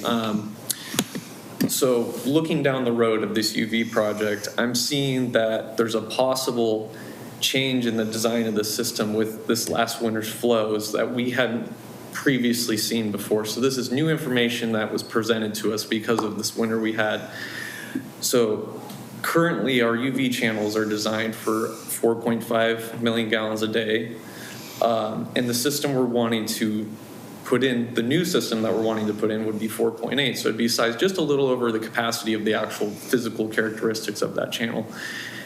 Being that we saw 5.6 hit the plant, I'm thinking that DEQ may require us to add a third channel to increase the capacity of that UV system. It's not something that they've told us we have to do yet, but looking down the road of design, I'm seeing that there's that possible crossroad of us adding a third channel, which would change the scope of this project and add some cost to it as well. So the next time I come in front of you, I'd like to come in front of you with an ordinance. But I'll explain these slides to you real quick. So what we're looking at here is our current UV system. The system itself is getting to be about 20 years old. And it's an end-of-life system, so they're no longer manufacturing parts for it. The things that we are buying, they keep telling us, hey, you have the last motherboard in existence for this UV system, so good luck. So that's where we're at with this current system. So it is very important that we keep this energy of this project going and get things going, but it's important that we take a breath and make sure we're sizing this appropriately. DEQ ultimately will be the deciding factor on the size of the system. But it's definitely going to be a substantial increase in the project cost because it's going to be a new piece of infrastructure instead of reutilizing what we have now. So I've never used this clicker, so I'll see what I can do here. So yeah, this is on the left side of the screen here would be one of the UV vessels themselves. What we call this type of UV vessel is an inline UV vessel or reactor, and that just means that it's in the pipeline. The one we'll be switching to will be an open channel, and we'll be reusing old infrastructure that's already existing in the plant, and that's what you're seeing on the right side of this slide here is the two existing UV channels that already are in the plant. Those are the ones that are sized for 4.5 to go through. So a third channel would have to be added to increase capacity. So we're going to get away from this inline system and use those channels. It's going to be a much simpler system for maintenance and everything involved with taking care of it. So it's definitely the right option as far as moving away from the inline. But I just see that issue with the capacity. So if you could go to the first proposal for me.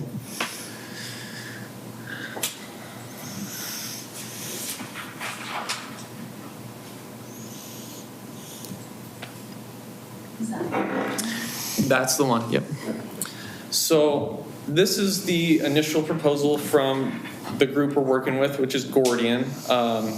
It's kind of a unique situation working with Gordian, but it's going really well because it's a unique situation I've never worked with before, where you work through Gordian and they have a certain set of contractors and they have a certain set of price points and agreements with the state. And it's been easy to work with them, but this is the initial proposal for the 2-channel system.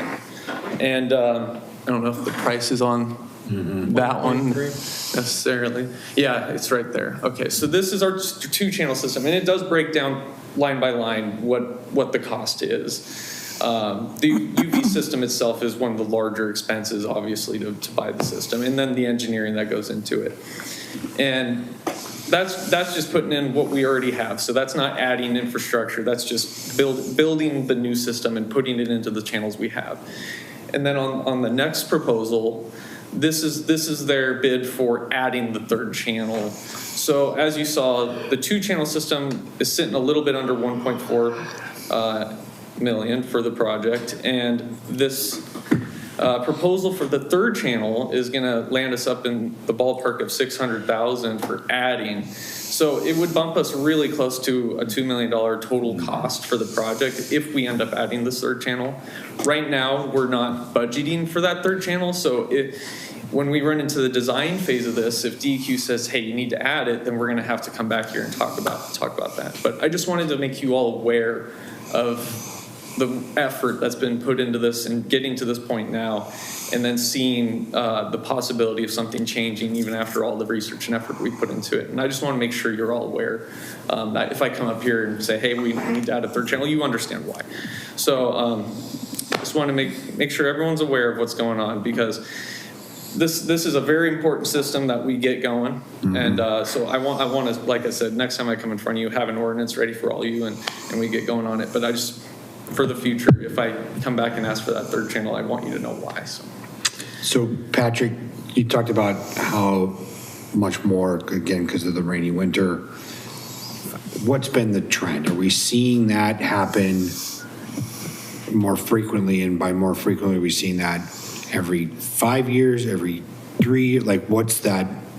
So historically, the plant sees very little I&I, which we call inflow and infiltration. It's from basically a not tight collection system. There's cracks or something along the line, and water can get in.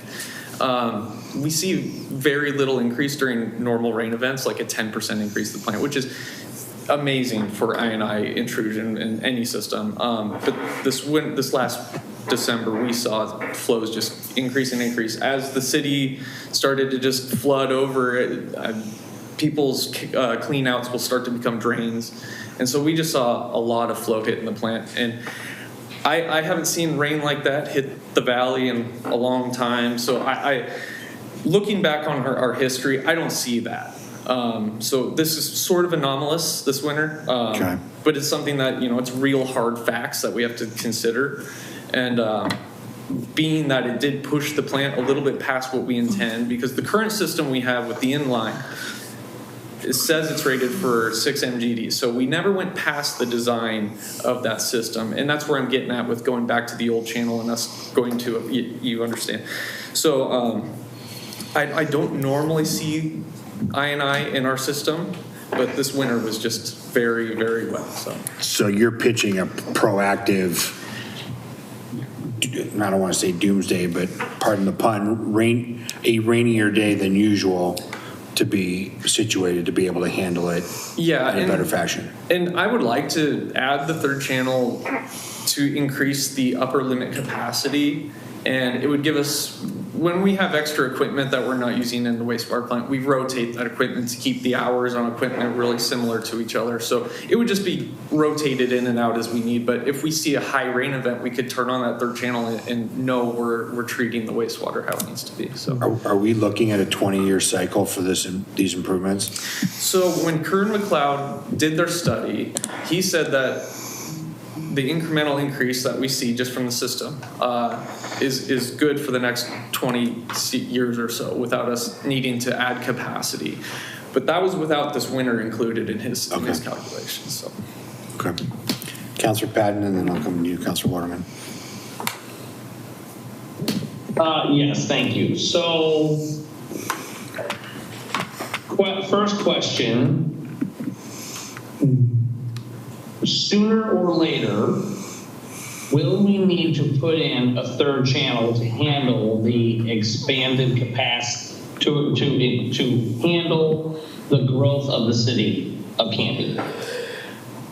Eventually, yes, a third channel will need to be added, but from the engineered projections, it won't be a requirement for quite some time. But like I said, that was without this winter included in those calculations.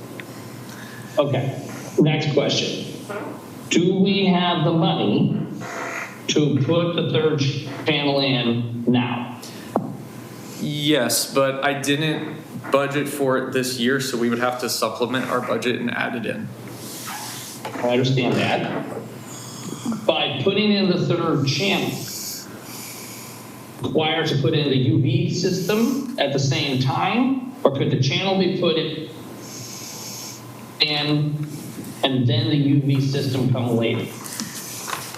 That's a good point. I didn't consider just adding the channel itself and not having the UV system added with it. That's something I could price out pretty simply though with the contractors.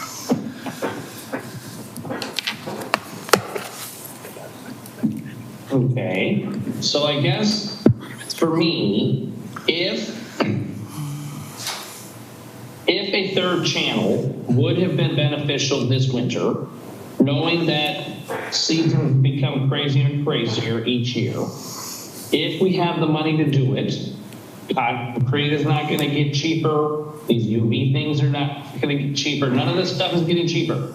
So if we have the ability to do it, I would say we should do it now and get it in there and get it done. So that way, if something comes up, we have it as a backup before something happens and then DEQ comes down on us and starts fining us because we don't have it.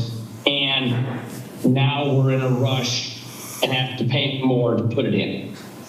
That's my thought on that.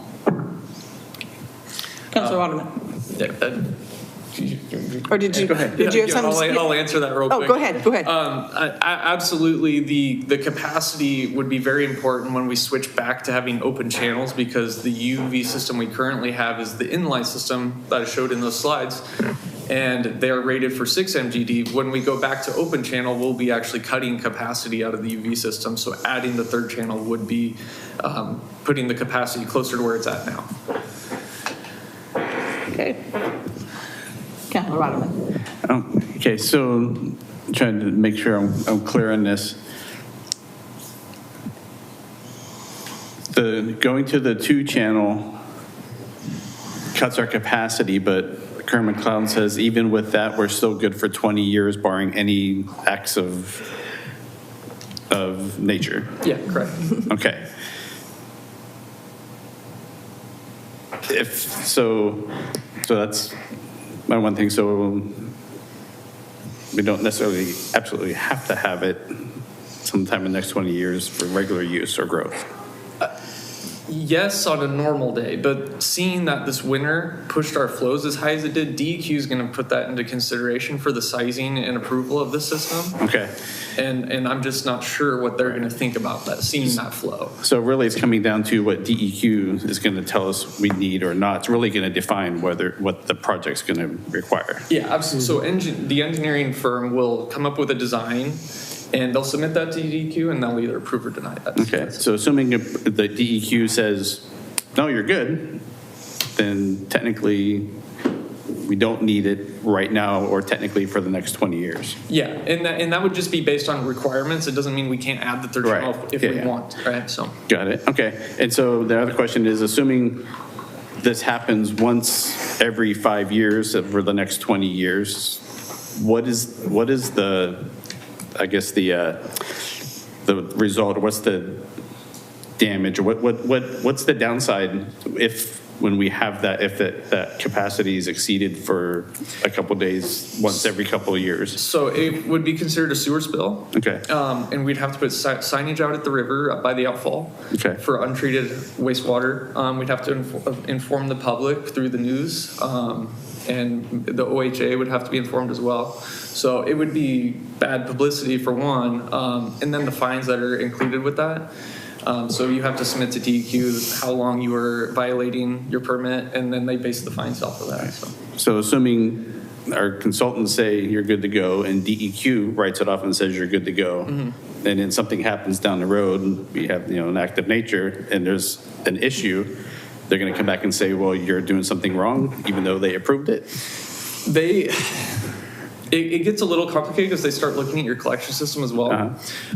So I can't tell you exactly what they're going to say with that.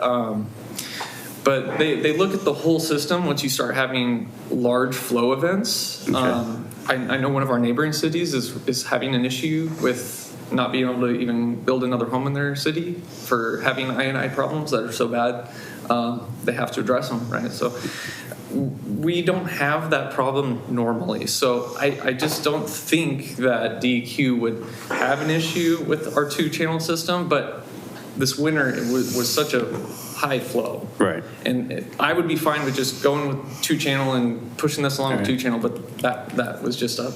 Okay. Yeah, I'm just trying to make sure I understand kind of both sides of what are the conditions that we can deal with and the consequences.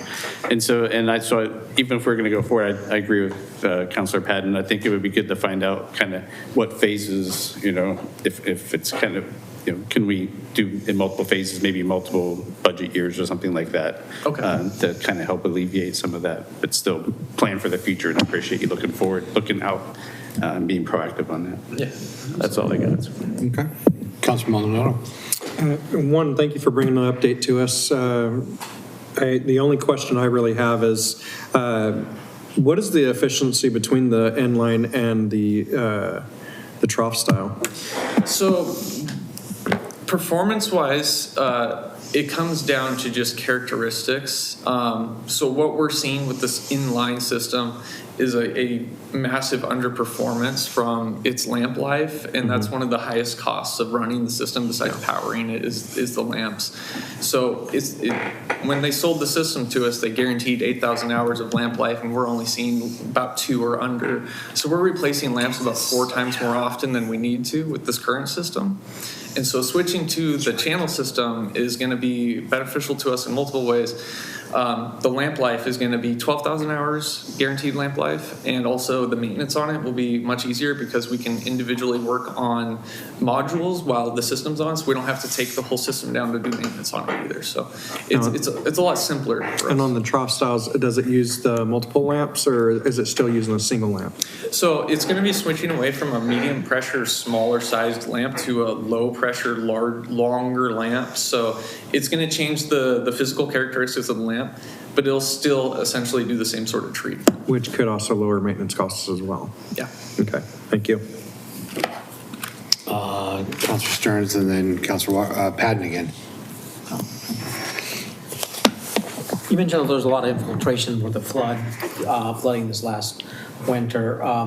Is there things that can be done by the city to mitigate from the collection side of to keep these from happening, or is it something that just, I assume the water was overflowing into people's drains, or is that stormwater overflow into the city system, or how does, I understood the stormwater separate, Yeah, we don't have a combined sewer here, luckily, right? So if an area, people's yards, anything like that floods enough, the normal vents for the sewer will become drains for the sewer. So any opening, it could be the holes in the manholes or whatever. If a neighborhood's flooded, the sewer system becomes the new storm system.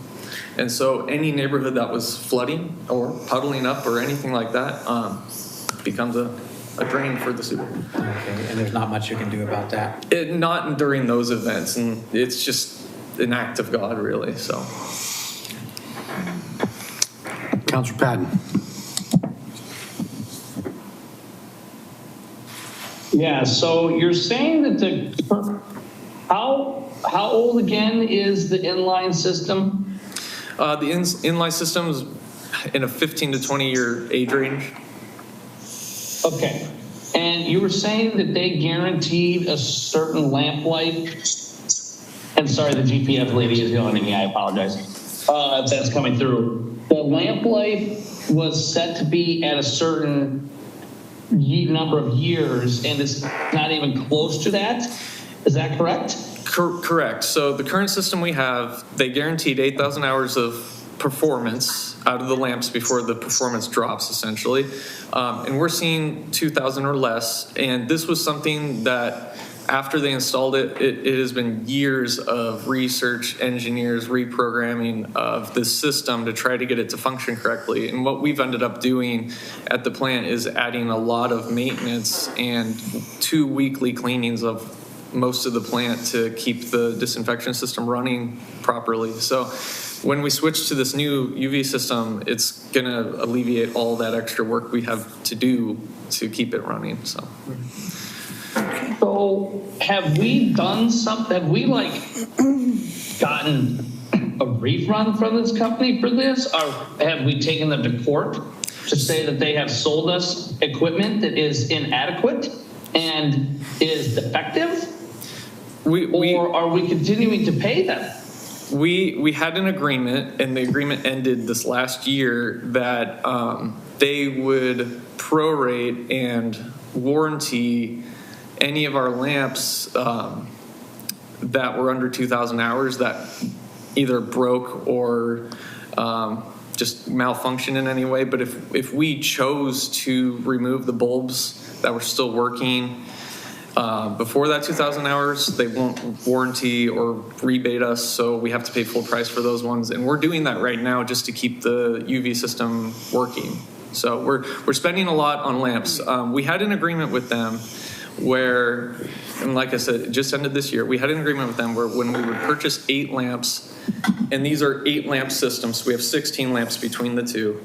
If we purchase 8 lamps, then they send us 8 for free. So we were essentially paying 50% for lamps up to a certain amount every year. So we would hit our money amount guaranteed every year and get our 50% price discount.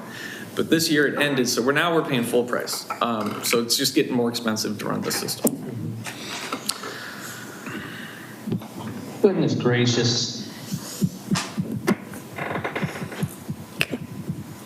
That is a good way to put it, Councilor Patton. Sorry, yes, Councilor Waterman. Well, just one second, This is why I am all for looking at doing this now rather than later, because if we need to pivot or something like that,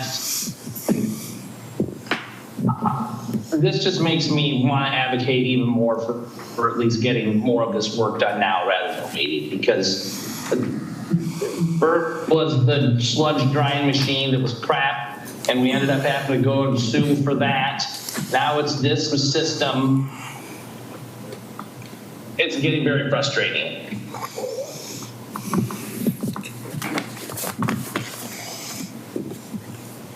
That's all I have. Okay, thank you, sir. Councilor Waterman. Just so I understand, you have a current proposal written up, but you're saying you may need to modify that. And when will we know what DEQ wants? After we award the contract to the contractor, they'll start the engineering and design work, and then after that's submitted, then we would know. So it wouldn't be until it's awarded already. So we have to pay for the design work, submit it, and then they come back and say, no, that's not enough, and then pay for more design work to make a change to what they think? Something along those lines. I don't know the exact details of how that goes. Okay. So should we just go and assume that we're going to do the design work for the 3, and then we can scale it down if we decided to go that way? Either way, Councilor Waterman, it sounds like we're going to do paying 3, yeah, but we're paying twice for design work, whether it's to add or to take away. So, yeah. So okay. I mean, we can just go with, hey, let's do a 3rd channel and go. And then that removes any ambiguity about just system capacity. So it would benefit us to go with a 3rd channel, but it's not something we're required to do at the moment. So Patrick, thank you for the update. It's huge. The light issue has been an issue. So that, I mean, we're at that point where this project's got to get moving. Based on, I think, the question, and I'll look at head nods here, that I would say put pencil to paper and bring us back, I guess that 3rd channel as a proposal. And do you want the whole thing as a 3-channel proposal? Because right now they just have that 3rd channel as a modifier that they would just add on to the initial proposal. I personally would do the third channel because overall, like you said, they can use that until they have to actually open it full-time, they can use that as a bypass to help maintain the other troughs and all the systems and everything, so it'd be beneficial. What are your thoughts? You're in it every day, we're not. I would like to see a third channel because in wastewater, we always prepare for the worst because it tends to happen. And so having what we call redundancy on hand is our lifeline. And so that's basically having a backup to a system that's critical. And a third channel would be redundancy for us. So it would be another way of knowing we're going to be compliant. So. And if we already have the money, I think it's probably a safe bet that the system's not going to go on sale anytime in the next few years. So it might be the least expensive that we can get. Government and stuff for sale. I'm not seeing that working. If we have the money, I would go for the third. So it sounds like bring back with building it out for the 3. Okay. Not as an add-on, but as like, this is what we're going to submit and move towards. Okay.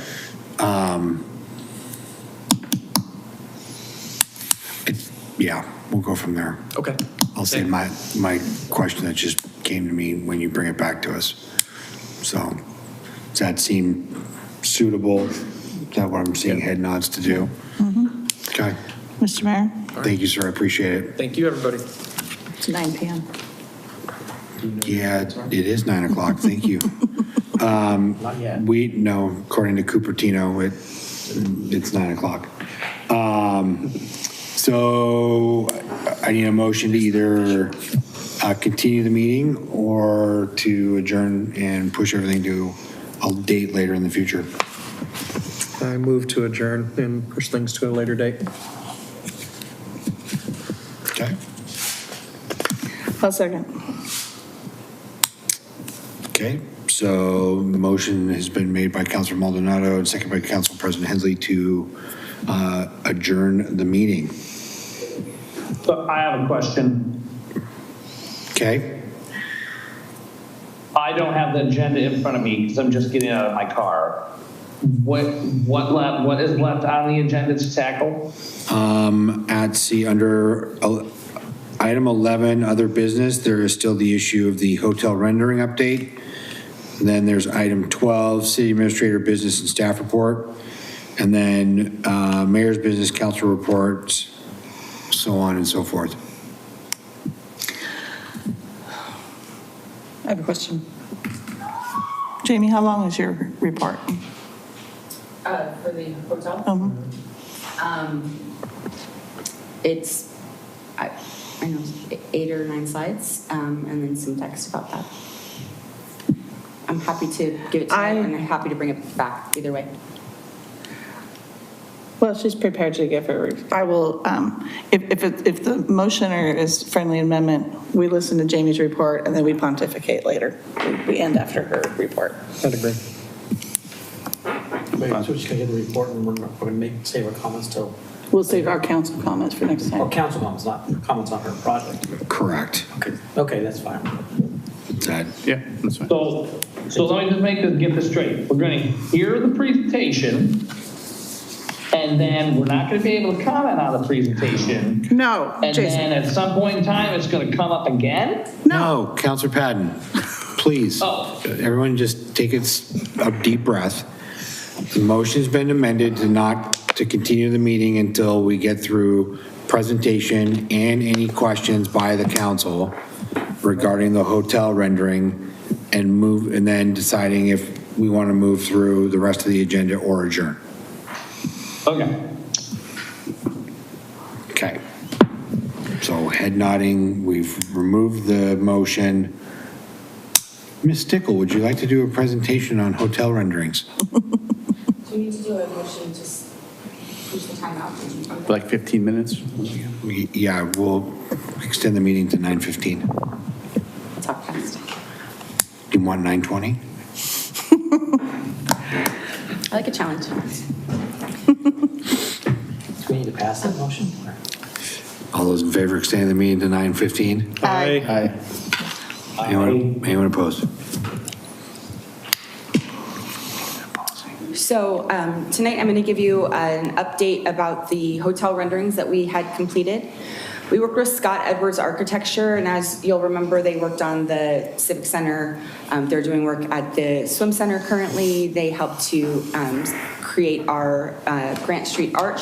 So they are very familiar with Canby, and that's something that's important because as we're talking about a project like this that we are doing renderings for and creating concepts around, it isn't just about putting a big box hotel on a parcel of land and saying that's good enough. It's really about taking in the culture and the agriculture, the aspects that are true to Canby, so the agricultural roots, the river and the natural elements. We consider 2 parcels that are vacant along Highway 99E, one towards the Wild Hare Saloon and one towards what would be considered Special Area J. And, you know, this project aims to kind of create the idea or the concept of a roadside attraction. So as we started this project, I was reminded of renderings that were done for downtown back in, I think, 2008, before my time with the city. And, you know, it has a city hall, which I think maybe downtown living above the city hall, and the city hall was situated on First Avenue. So it's not necessarily meant to be cookie cutter, this is exactly what it should look like, but more so to inspire the conversation and inspire, you know, hopefully the decision to develop a hotel in Canby. So these are the 2 sites that we looked at. As I said, one towards the Wild Hare, one near Special Area J. One of the aspects and considerations that Scott Edwards Architecture, or SEA as I'll refer to them, took into consideration was the development of the Walnut Street extension. And for Site 2, which is that site that's by Special Area J, we also essentially acted as if that land was already annexed into the city because a development of a hotel would take some time. The projects for that area of development are already underway and concept planning has been begun. So really planned, you know, as if that had already happened. So these are the 2 design concepts. I know that it's a little bit tricky to read, but essentially for Site 1, the design team included 3 elements. So highway lodging, river and road, forest retreat, and these are, again, stylized elements where you can include different aspects and different themes into the actual lodging itself. So for highway lodging, the focus was on creating a destination that would be a bigger part of the reason for the journey. So not just necessarily having a hotel, but a hotel that was something that people would want to stay and engage at. River and road, so it's the play on the highway meeting the Molalla River, highlighting the site as a culmination of transportation, both in the water and the roadways. And that river and road really kind of also developing the concept of that, the roadside attraction of maybe hotels of the 1960s where you would stop because you were just along the way and you would come across something that was worthy of stopping at. And then forest retreat. So since the location is tucked away on a bluff overlooking the water, it creates sort of a hidden destination. So that could be paired with a spa, a retreat, or a river overlook. And some of that is based on the conversations that we had with Mayor and Council about potentially developing the natural resources around sites as a way to help support hotel development. And then the Site 2 concept, the 3 elements included there were agricultural heritage, roadside respite, and then front porch. And obviously, you know, there's some pictures in both of those that look similar. And Canby's not so big that something that is you know, highway lodging couldn't also be front porch related. It's just to create 2 distinct looks and feels for these renderings. As I mentioned, this coordination utilized the Canby Municipal Code, and Canby Planning Department participated in some of the original planning to make sure that our SEA architects, or SEA was falling within the code and wasn't saying, put a, you know, 17-story hotel on this spot, and then, you know, when it comes to the planning or to the design review, that's not something that could happen. We wanted something that would be inspirational, but also, you know, very much realistic in its ability to come to fruition. So the 2 layouts, and I recognize that's a little bit difficult to see, but essentially both of those original kind of site plans, as you look down, included, they believed that they could include about 145 rooms, a total footprint of 72,500 square feet, and this is the same for both sites. 2 stories tall, including, maybe a 7,500 square foot ancillary space, and with the thought that that could be a spa, restaurant, retail. For parking, both sites included 109 hotel parking spaces and 25 ancillary parking spaces. And so from there, we started to actually lay out the space and utilizing the space of how big a typical room would be and how much parking was actually needed. And so you'll see that these are a little bit more of a refined look. So this is site 1 over by the Wild Hare. So it ended up with 136 rooms, total square footage is 70,000 square feet, 3 stories tall, which includes a 6,000 foot ancillary space, and that space could be whatever the hotelier wanted it to be, whether that was a restaurant, obviously with the Wild Hare right there, maybe it's a meeting space or a space where you could have a small meeting, a small wedding. And then parking for 102 hotel parking spaces and 40 ancillary parking spaces. And so the first concept, so this is actually looking at the site, looking at Canby. That would be the Wild Hare to the very left-hand side. One of the reasons they needed to do the roundabout to be able to move the flow of traffic. But one of the things that you're looking at is that large tree in the center is a tree that is actually on the site. So how to actually utilize the natural resources that are so unique to Canby and that are already there rather than cutting everything down and building new. They take into consideration the flow of traffic as it relates to parking, and even down to where a trash bin should be located. And so then they developed also a little bit more of a concept on that look and feel of what could maybe keep people. So that site is very unique because it overlooks the water. The water that you're looking at there is not the river, though, and that was something that we clarified. I said, are we supposed to be assuming that you're going to build right up to the river and that people are going to walk outside? And what they were saying is that if you developed using or inspired by the natural resources around there, you could do something like a spa area that had a look and feel and complementary to the natural resources, and that would essentially then be a man-made space. And one thing I'm just going to go back, that you'll see that there's an overlook, and so that overlook would take you further out so that you could see over the Molalla River, and you can see it reflected there in the background. A lot of the spaces have the indoor-outdoor activity, so that it would be something that you were, not just going to spend the night, but also being able to maybe meet other visitors to the area, create a weekend away or a weekend in town if you lived here. The second site is the site that is over, you'll see the Walnut Street extension down the left-hand side. And so this site, they really developed, instead of having that ancillary space, they called it a greenhouse, but they were thinking retail, restaurant, spa, something along those lines. And in this case, it's actually a separate building, and so it could be run by a completely separate business. And they developed the parking around that so that you could have someone who was coming maybe just for dinner and being able to park over by that greenhouse area, or if you were staying at the hotel and wanted to walk over for dinner. This site was unique because of the topography, and there is actually, special area Dre there's natural wetland, and so how to position the hotel so that it would overlook that space. For this one, it was developed with 143 rooms in mind. They say keys, but a key for each room. Total square footage of 75,000 square feet. Again, 3 stories tall, and 75,000 square feet of ancillary space. And then this parking, slightly more than before, with 107 hotel parking spaces, and then 50 ancillary spaces. And I think that that's because of the separation between the restaurant and the restaurant area, the greenhouse area, and the hotel.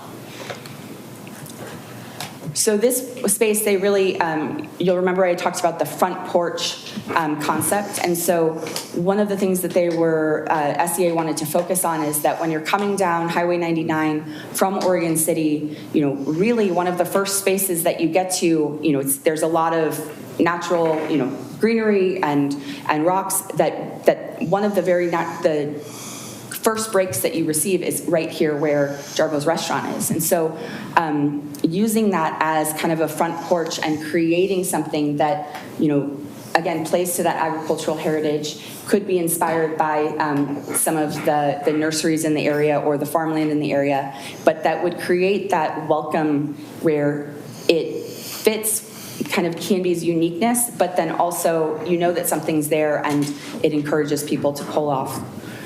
And then on this space especially, so you can see if you're looking straight ahead, that greenhouse space is in the back, which is parallel with 99, and then the hotel to the right. And really utilizing the outdoor space that's there to maybe create games, fire pits, restaurant space. It could be something that they do, they even said you could do a happy hour, for instance, where people are engaging in that, but really creating a space where people want to gather, whether you're staying at the hotel, whether you're going to the greenhouse for dinner or shopping or a spa, but that it would be some sort of kind of community gathering space as well. And so we've included this on our website and created a page for the Canby Hotel Development so that we have one landing page we have an area on our website for studies and plans, but create something specifically for the hotel development. So there's a link to those hotel renderings on there, and then a link to the 3 studies that we've done with Johnson Economics. I wasn't able to include this just because of the trying to capture the page, but below the hotel renderings and hotel studies is my contact information. We want to make it really easy for people to say, okay, I'm going to call and I want to ask some questions about this. The hope is to not just use this and send it to the hotel developers, but also to kind of create a package. Recently, I've reached out to Greater Portland, Inc., which is the Economic Development Association for the Greater Portland area, to talk about, who in the Portland area are they able to connect with as far as hotel development companies go, and using them as a resource because they have access to data and access to relationships. And so they're looking into some of those pieces on ways that we can further our reach, not just with people who are contacting Canby, and there are people who are active and eager to see something developed here, that are outside of Canby and believe that at some point they will be the ones to bring a hotel to fruition here. And I believe every single one of them, and I can't wait for that to happen. So relatively short report, but I'm happy to take any questions if you have. No, stunning concepts for sure. Very much so. Yes, Councilor Waterman. I only actually had one great job on that, by the way. On the second rendering, I didn't see, was that right off Walnut 99 right there where Jarbo's is? Yes. Mm-hmm. So that would take all of that entire space there. Correct. But I will say, just to make sure that I'm clear, we talked with the property owners before doing these renderings. So we weren't just doing renderings on people's property. We talked with the property owners and they're very aware. It's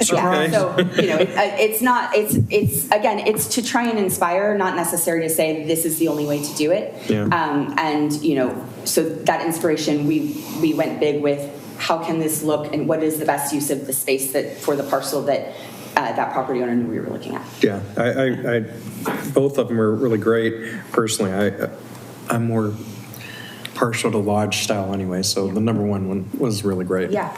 It's an interesting process, also because when we first started looking and before we brought in planning department, at that second site, they said, well, you can do campsites potentially, you could maybe do this and that, and then the third option was, or if the zoning changed, you could do a hotel. And we're like, that's what we're talking about. We want to see what the real possibilities are, not just what could happen now, because we know that the property owners out there are eager to move that, bring it within the city limits and development. So it's an interesting process, and I'm a visual person. So if you tell me here's a site, I think of a box.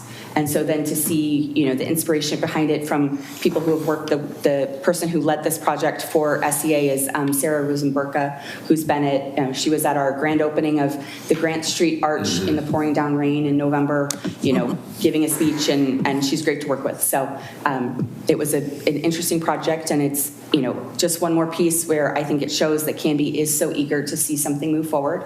And I think that it shows that, that the desire is here. We've got the studies that say that the support and the visitors are here, and just putting that piece together. So if you happen to be somebody who knows somebody, we're trying to make it as easy as possible and put it on the website and make it, touch as many people as possible, really. You did a great job on it. Thank you very much. Thank and you. I think this is exactly what we've been looking for. Thank you very much. Appreciate it. I'm kind of partial to the river one myself, but it's just because I like water. Yeah, great job. Yeah, it's exciting to see what could be. I know one of the things that when we started this whole conversation on hotel, many moons ago, what seemed to come back from businesses in Canby, big and small, was the shortage of potential conference space or meeting space. Were those considerations? I mean, obviously, in a rendering, it's not what the final product is, but is that taken into consideration when they look at the room counts?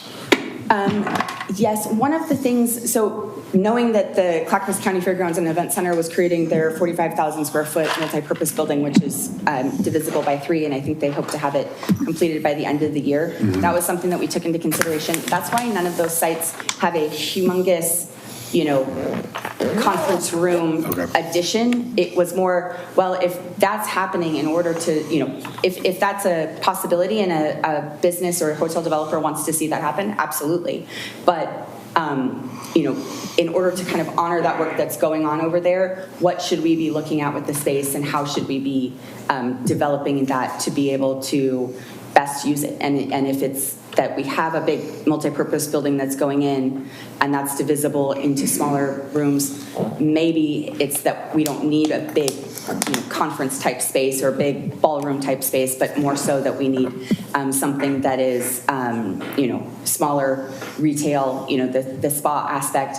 And part of that with the spa, concept, not just at Site 1, but both of them said that ancillary space could be used that way.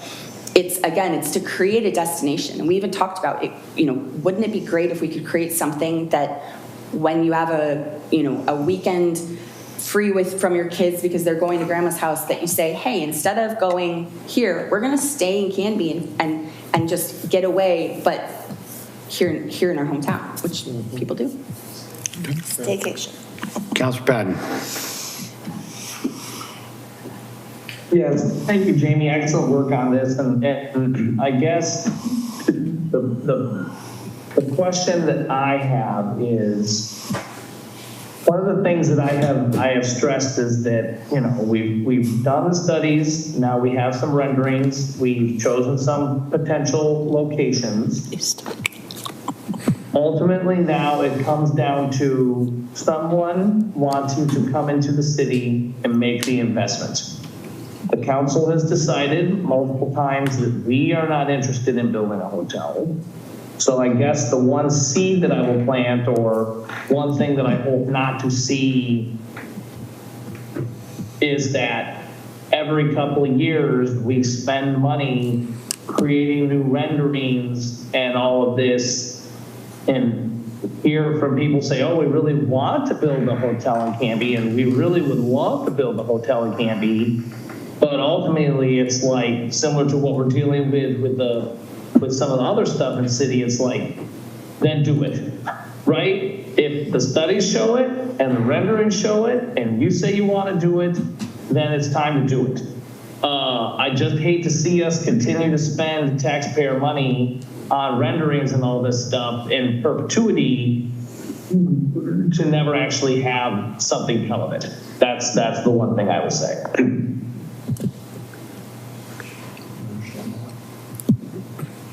Thank you. Jamie, anything else on this? Nothing else on this. Okay. We're at 9:22. Is there a I move we adjourn. motion to adjourn or to? Okay. I guess the motion's been made and seconded to adjourn. All those in favor? Aye. Anyone opposed? I Are you eyeing to stay or to go? to go. It's now 12:30 here in Columbus, Ohio, and I'm ready to go to bed. Don't blame you. All right, I guess we're adjourning. Good night, Canby.